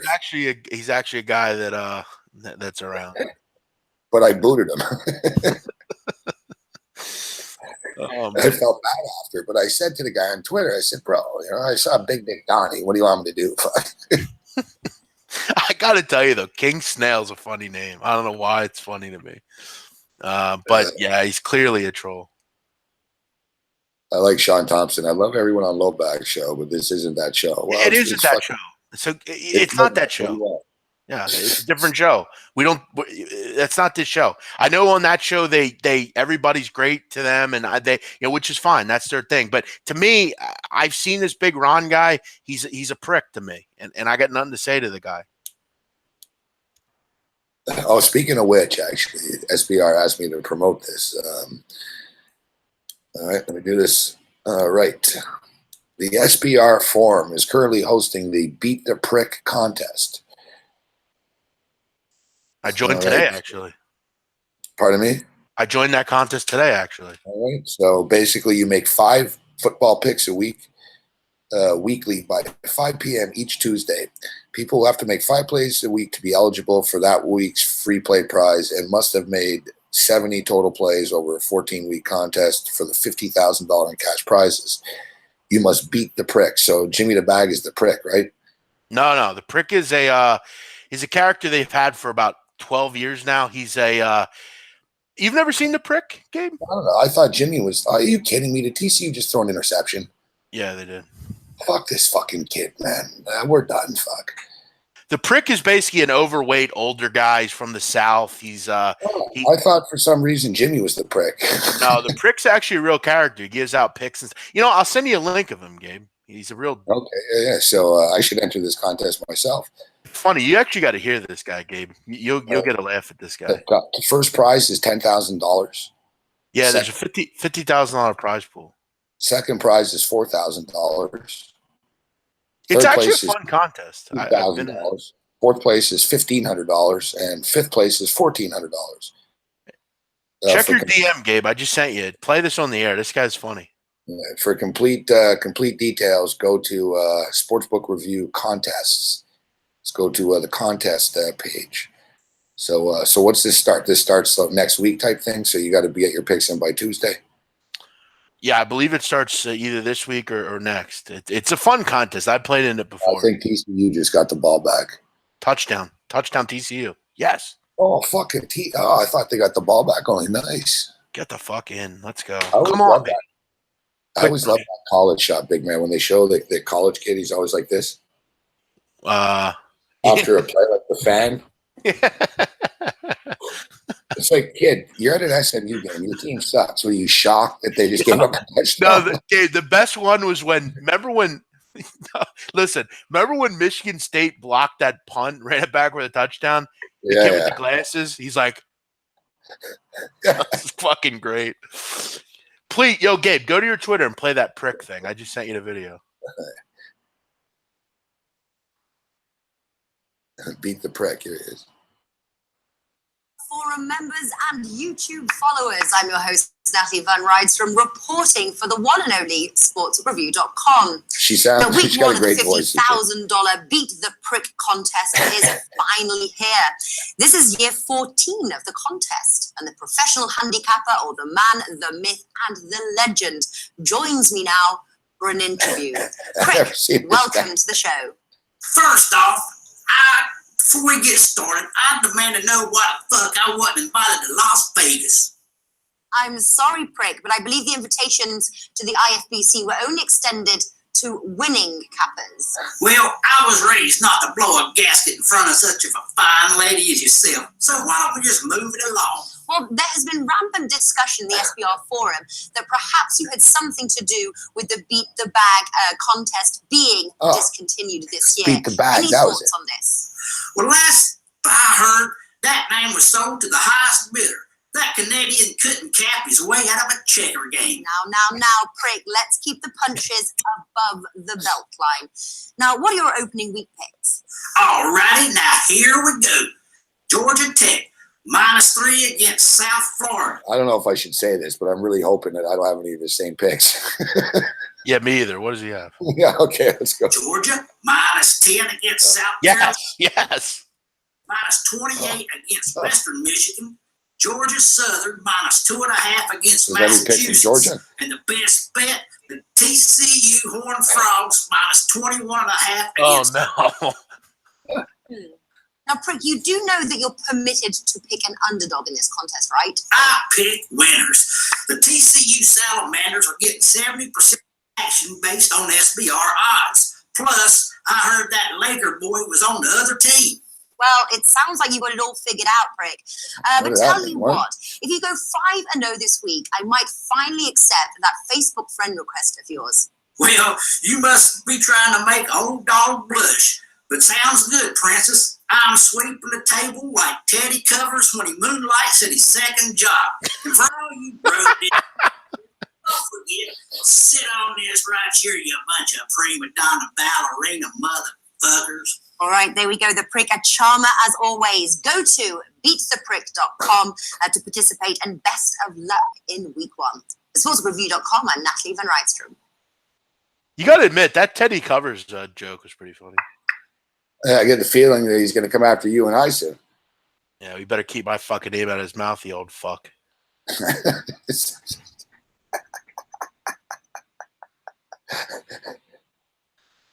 Yeah, he's been around for a long time. He's not really good at picks. Like he's as long as I remember.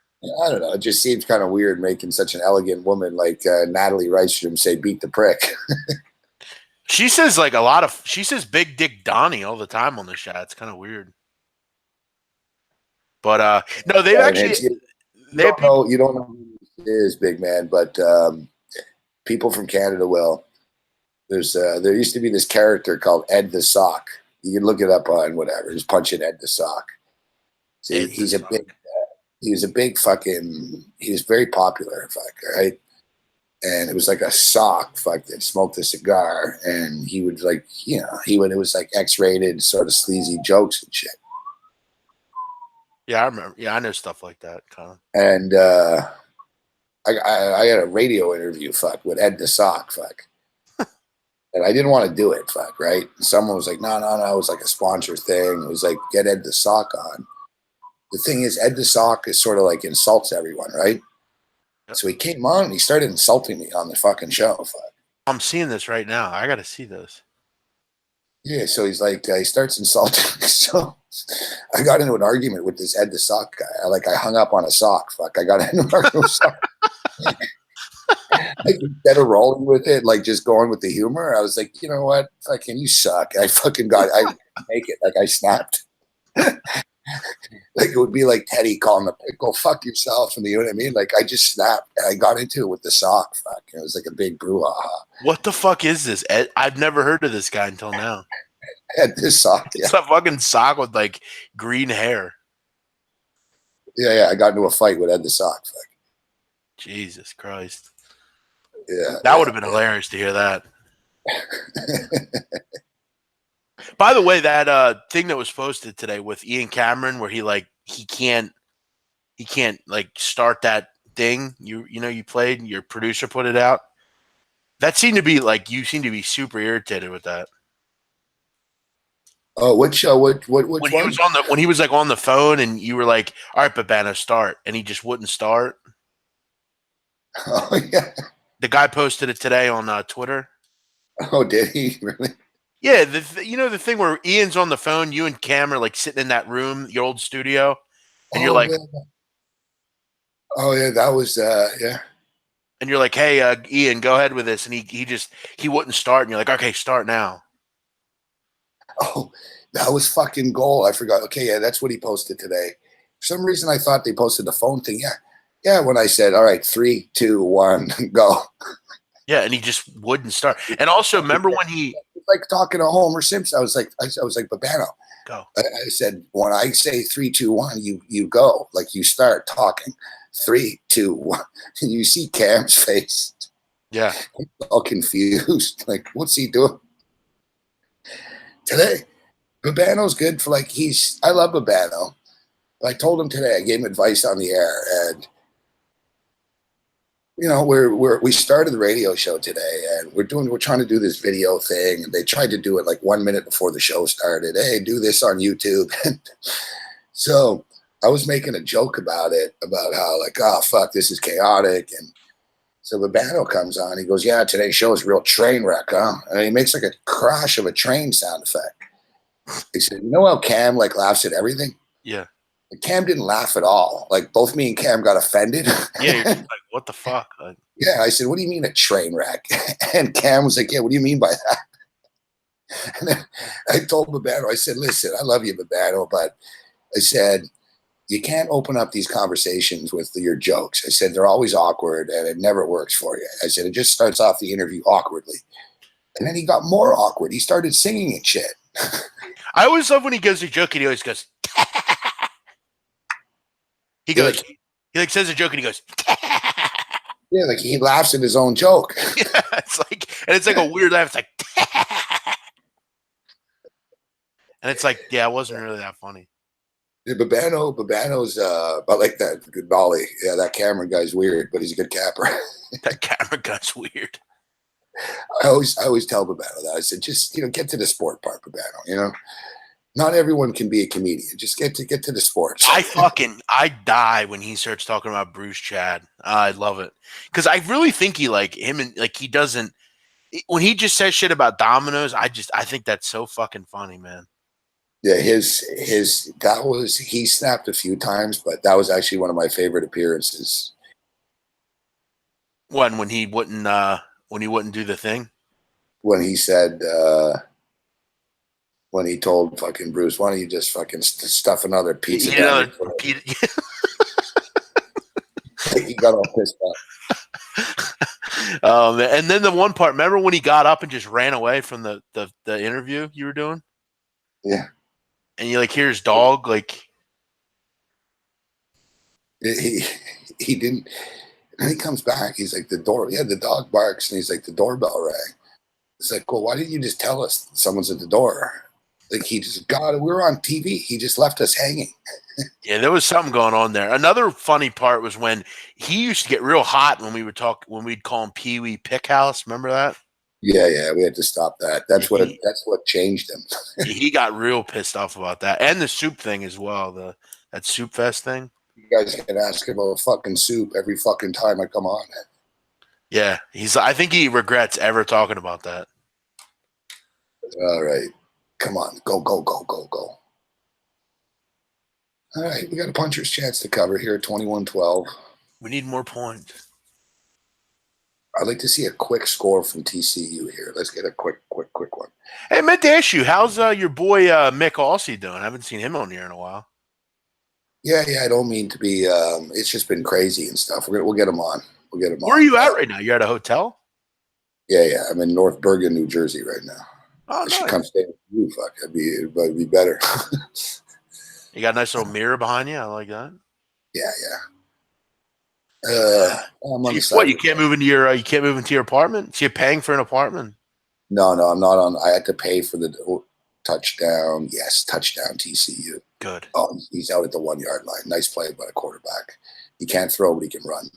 Looked like a touchdown to me, but yeah, no, I had to pay the deposit and everything, but can't get the place till mid-month.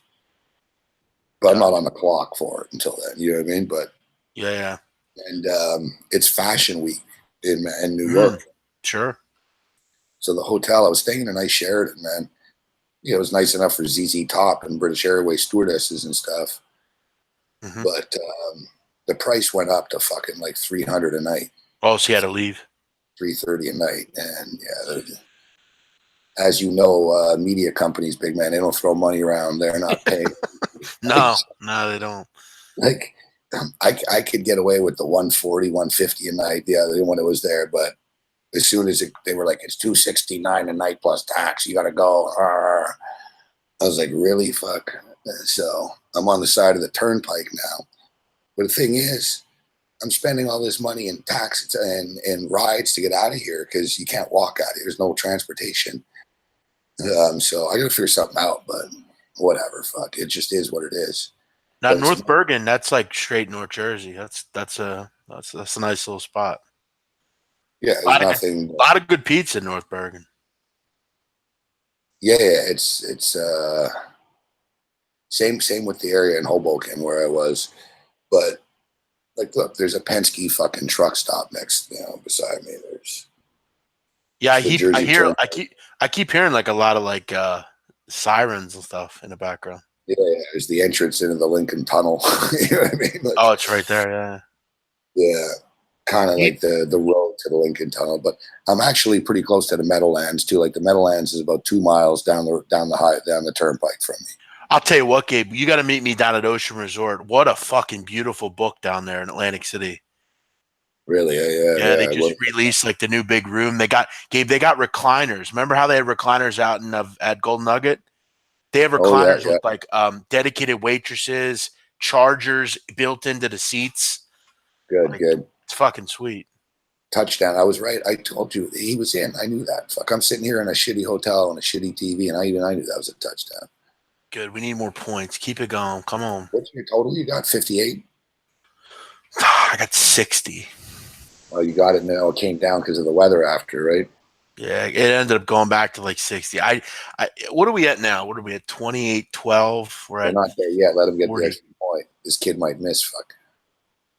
I don't want to pick some. Make it, kid. You're gonna make it. All right. We need 3 touchdowns. It's at 40, right? Yeah, 3 touchdowns. You're good. Come on, man. Get a shot. But yeah, Ocean Resort, man, they got the fucking recliners with the charger built in to the chair. I mean, just really nice. All right, so NFL football. You like any of these games this week? I do. I like the Jags.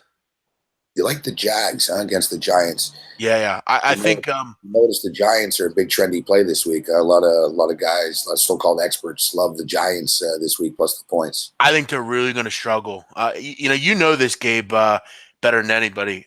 You win in the National Football League in the trenches. That's why the Eagles won the Super Bowl. They had a good defensive and offensive line. I don't trust the Giants in the trenches at all. I don't trust that line at all.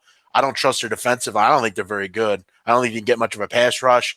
You got to bother Blake Bortles. I don't think that the Giants are very good up front. I don't know how much time Eli's going to have to move the ball. This is a real good defense. I like the Jags. I think they go on the road and beat the Giants. I think they struggle a lot against that defense. It's a new Giants offense, though. You got Odell Beckham back. But you got nice tight end and Engram. You got Saquon Barkley. Sure. You got to have time to throw the ball and run the ball as well. I mean, you have to have that that offensive line. If you get a Lamborghini with no insurance, that's no good. You got to give them some time. You got to give them some holes. The right side of that line is it's not very good. I mean, that's my big concern for. One thing that stands out to me in this game, and I don't have a play on this game. I lean with the Giants, but I didn't play it. Thing that stands out to me, though, guys, is Blake Bortles. He started 30 games in his career on the road. He's 6-24 all time. He's only won 6 times on the road in his career.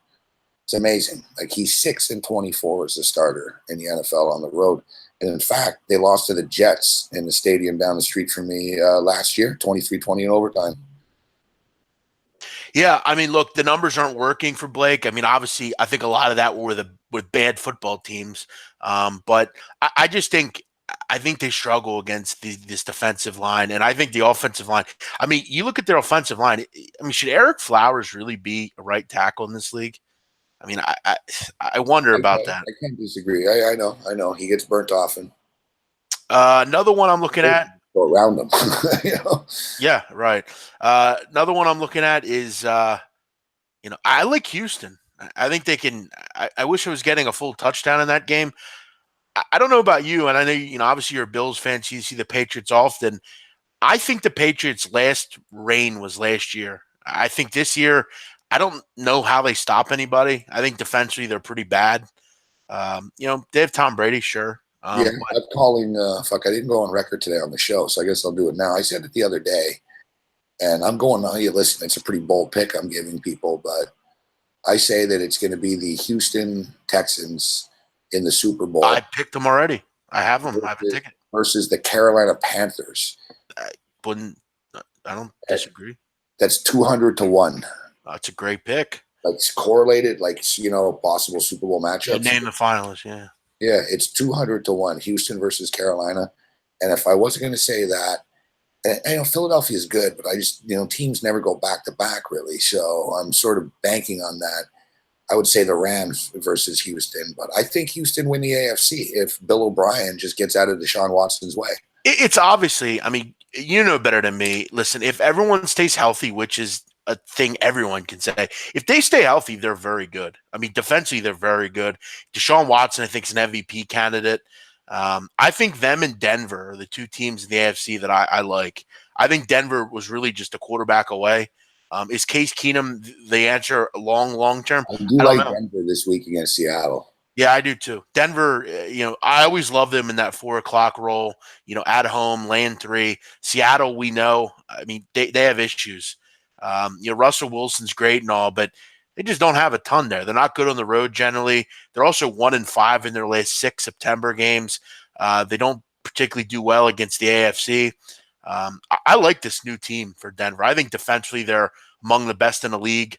I love the Bradley Chubb pickup. That defensive line, you don't really talk about it much. You're talking about Jacksonville, the Eagles. I mean, Derek Wolfe. Miller. I know you like the running back Freeman out of Oregon. Could be a big difference maker. Nice 1-2 punch now with Booker there and Royce Freeman. Royce Freeman is going to take over the number 1 job certainly soon. And they got a good group of receivers as well. You guys know the numbers here with the Denver Broncos. They've won 6 straight home openers. Won 6 straight home openers, and incredibly enough, out of the last 34 years, the Denver Broncos are 30-4 in home openers. It's a great record. They've only lost 4 times in 34 years in a home opener. They're great numbers. Yeah, you look at Seattle too. Seattle, little bit beaten down. This Seattle football team coming into this game. Doug Baldwin's got a bum knee. Ty Lockett's got to step. But Russell Wilson's great. But against that Denver defense, and you're right, Denver's a good team. I think they're going to have the defense. So everyone's going to have a little shot in the arm. I saw Emmanuel Sanders, the wide receiver of the Broncos, he was in the NFL Network studios, like as an analyst this week or last week, whatever, for a weekend. I don't know, whatever.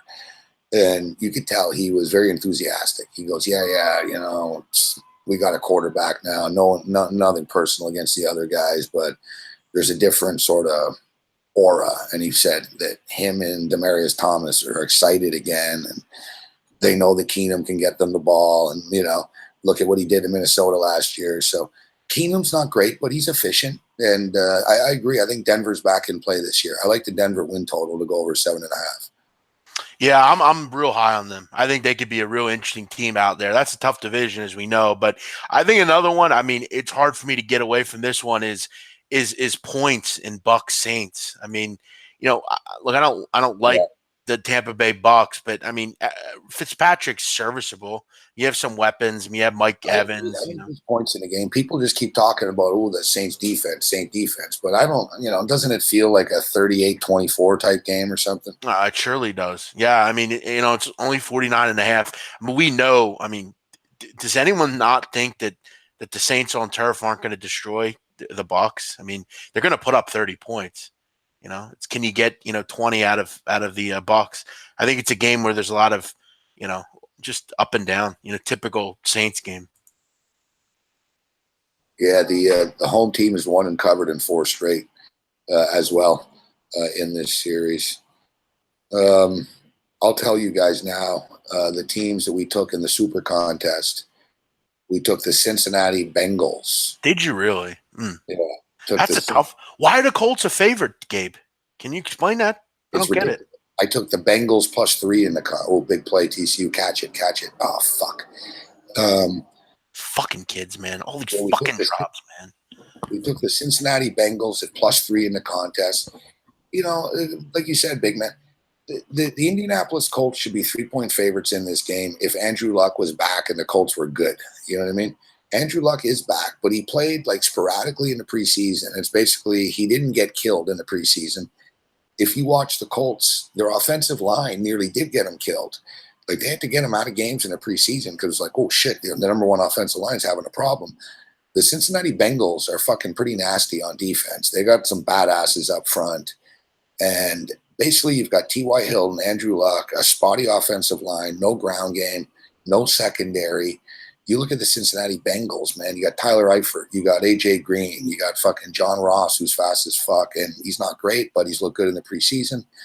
To me, Cincinnati gonna have a chip on their shoulder coming into this year, and this is a very winnable football game for them. I think the numbers just because Andrew Luck is back, but Luck can't work miracles. Cincinnati's going to win this game outright, in my opinion.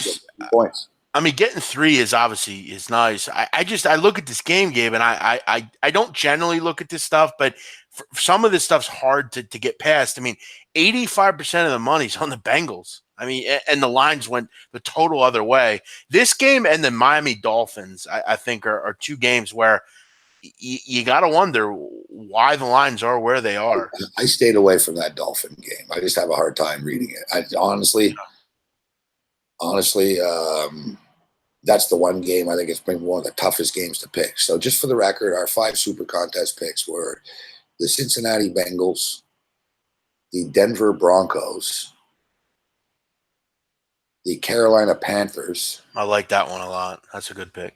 The Arizona Cardinals. Love that pick. Great pick, Gabe. Good stuff. And the New York Jets plus 6.5.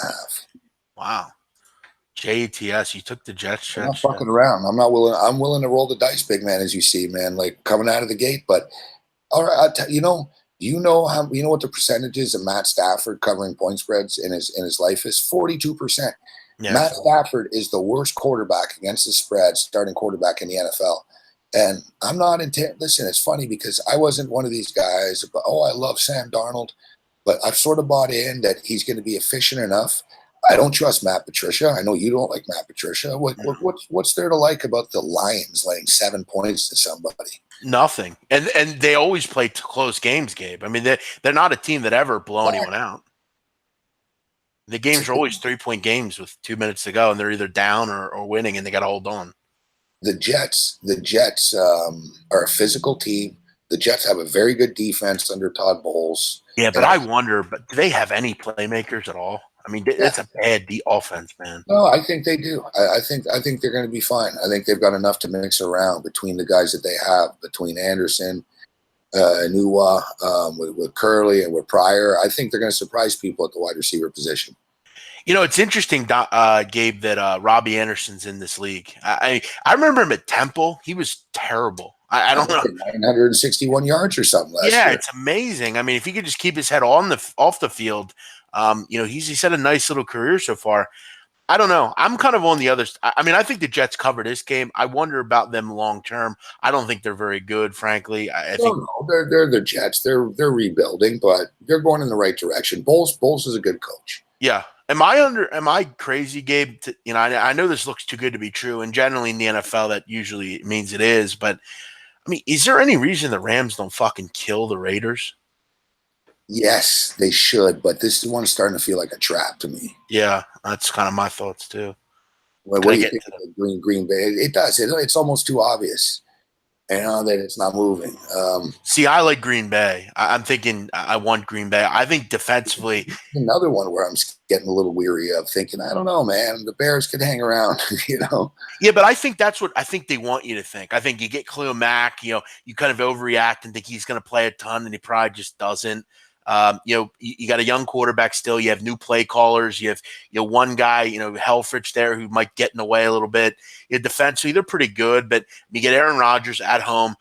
I'll tell you what, Gabe, the Packers are a team that I'm a bit worried about. If they can find a way to obviously, because you look at their offense, I mean, there's not a ton of big names other than Aaron Rodgers, but I think where they are going to improve significantly is defensively.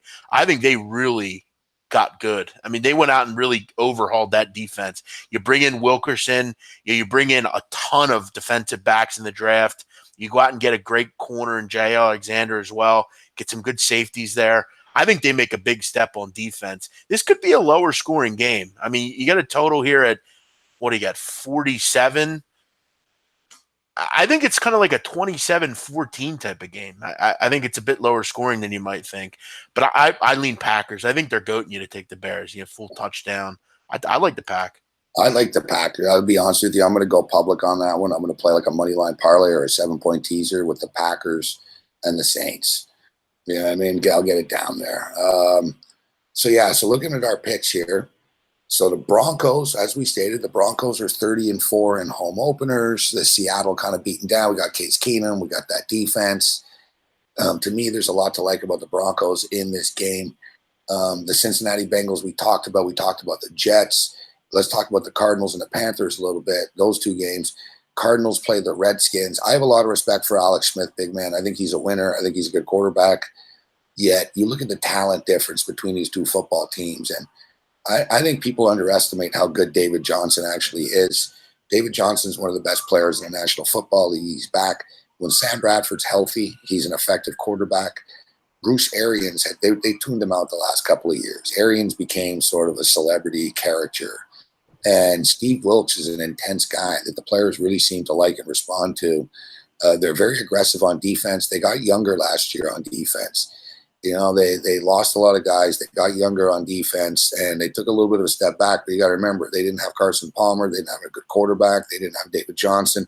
They knew Arians wasn't well physically. They knew Arians was going to leave, and he was lying to everybody about not leaving. It was kind of a circus.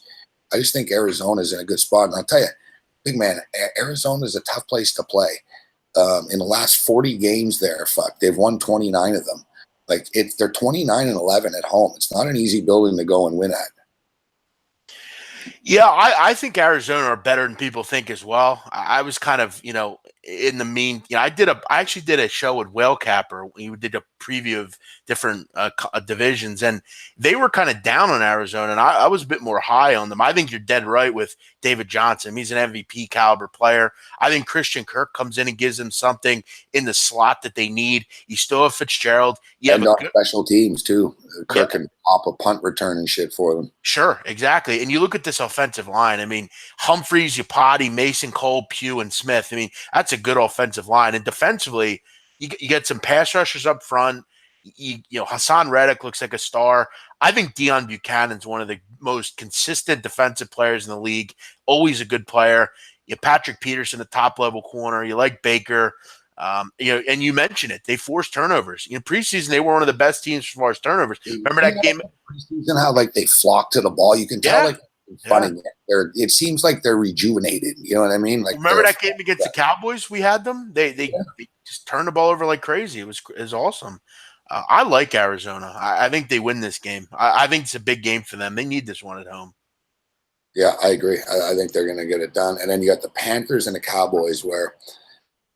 Listen, I think it's going to be a close game. I'm not disputing that. Nothing's ever easy for Carolina. And I actually think Dallas will be a little bit better than people think they will be this year. Like, I'm not convinced they're going to be terrible. If Elliott stays healthy, if Ewok stays healthy, then, they're going to be in football games. But I'm high on Carolina coming into the year. If they're going to win 9 games, Carolina, they got to win this game tomorrow on Sunday. But I think they will.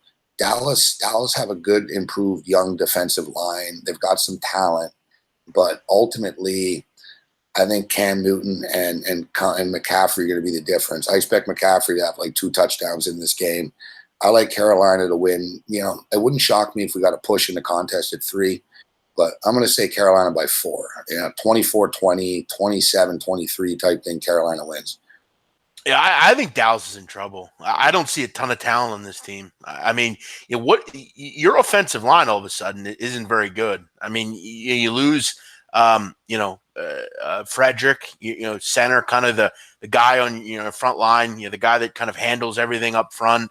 That's a big loss. Is Lyle Collins a guy that could start at right tackle in this league? You don't have anything at receiver. You need like a Michael Gallup to step up or someone like that. Tavon Austin needs to give you a spark. I'm not really sure why you went out and got Tavon Austin. I don't understand the point of that. You basically have the same player in Cole Beasley already. I'm not really sure what the point of that was. You have Ezekiel Elliott, sure, but you need to give him the ball. Let him create plays. But if you don't have a good enough offensive line, I mean, can you do anything? You mentioned the defense, yeah. I mean, but Sean Lee's always not healthy, and when he doesn't play with that defense, they're not any good. They're young. They're okay, I guess. I don't think the Cowboys, though, are particularly good as an entire unit. I don't. I think they're an 8-8 team. You know what I mean? 8-8, really? Wow. 9-7 if everything falls into place. But they're a 500 team.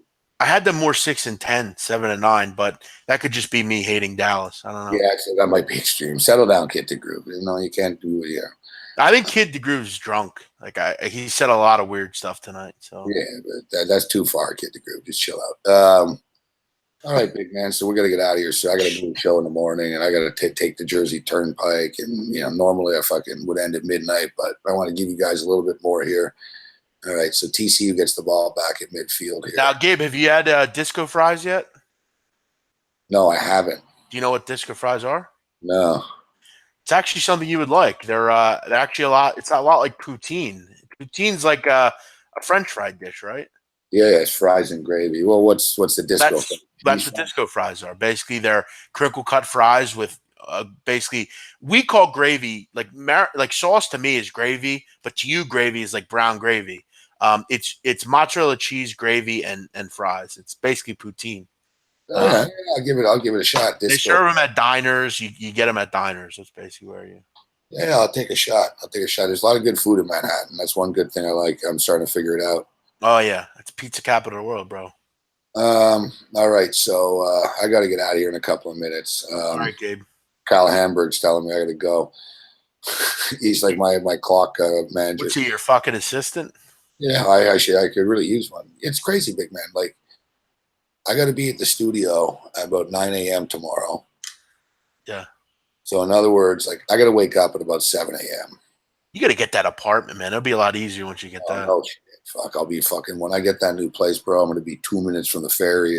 I'll be when I get that place from my door to the studio. It'll be about 28 to 30 minutes, and it's no stress. I'm just sitting on a fucking ferry and shit. Sure. And then sitting on a nice bus and smoking a spliff, walking up the street. Are you overwhelmed there? No, the only thing that's overwhelming me is the travel in between shows and shit. Yeah. Like, bro, I'm in fucking North Bergen. Fuck, you know what I mean? Like, come on. Like it takes me fucking 22 minutes to go a mile on the fucking turnpike here and shit.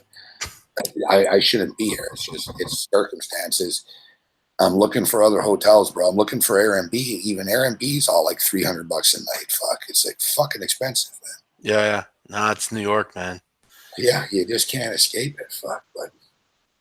All right, Gabe, get some rest, my man. Good stuff as always. Yeah, thanks. And tomorrow night I'll send you we're gonna be at the FanDuel Sportsbook again tomorrow night. Yeah, I'll be around. All right, Gabe. All right. Yeah.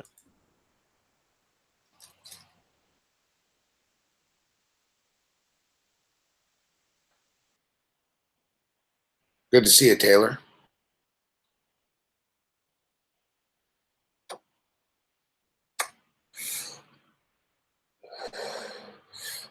Why New York? I'm here to do I'm now on the Carton and Fred show and doing all my other stuff. Yeah, like I said, this is just temporary, this room and shit, and I got to be back in Toronto next week. So we'll have a couple of shows from Canada next week as well. I don't know. Somebody asked me if we're doing a going away party. I doubt it, but we'll see. Probably not, no. Thank you, Grinchy. I do got to get out of here. So let's hope we can get a late touchdown. Thank you, Gargon. Thank you, Big Ron. So listen, we encourage you guys to watch all the SBR content tomorrow. Make sure to sign up to their sportsbook and give them credit. Go over to the thing and don't forget to beat the prick. It's a free contest. You can make some money and find some time to watch me in the morning. I'll be up on YouTube. I'll be on the Fantasy Sports Television Network. We'll be on the radio from 10 to 1. Last week was a great time on the show. Great viewers. We had 15,000 viewers on YouTube alone for the college football show last week. So plus TV, it was a very, very big success. Like even like the networks were all surprised. They're like, "Oh, you guys did better than we thought." And like, But I got to get out of here and prepare for that show. Fucking never ends. One show into the next show. So we'll be on from 10 to 1 tomorrow morning, college football. And then on Sunday, I'm going to be on all day Sunday. I'm going to be on from like 9 till 4 on fucking fantasy radio, on YouTube and all that type of stuff. And I'll be back with you guys on Monday night here.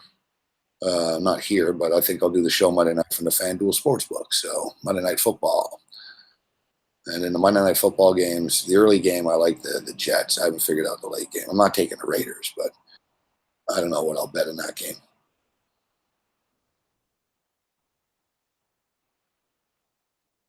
Thank you very much, Paralite. Okay, so I got to get out of here. The picks are college football, Northwestern. Give me Northwestern.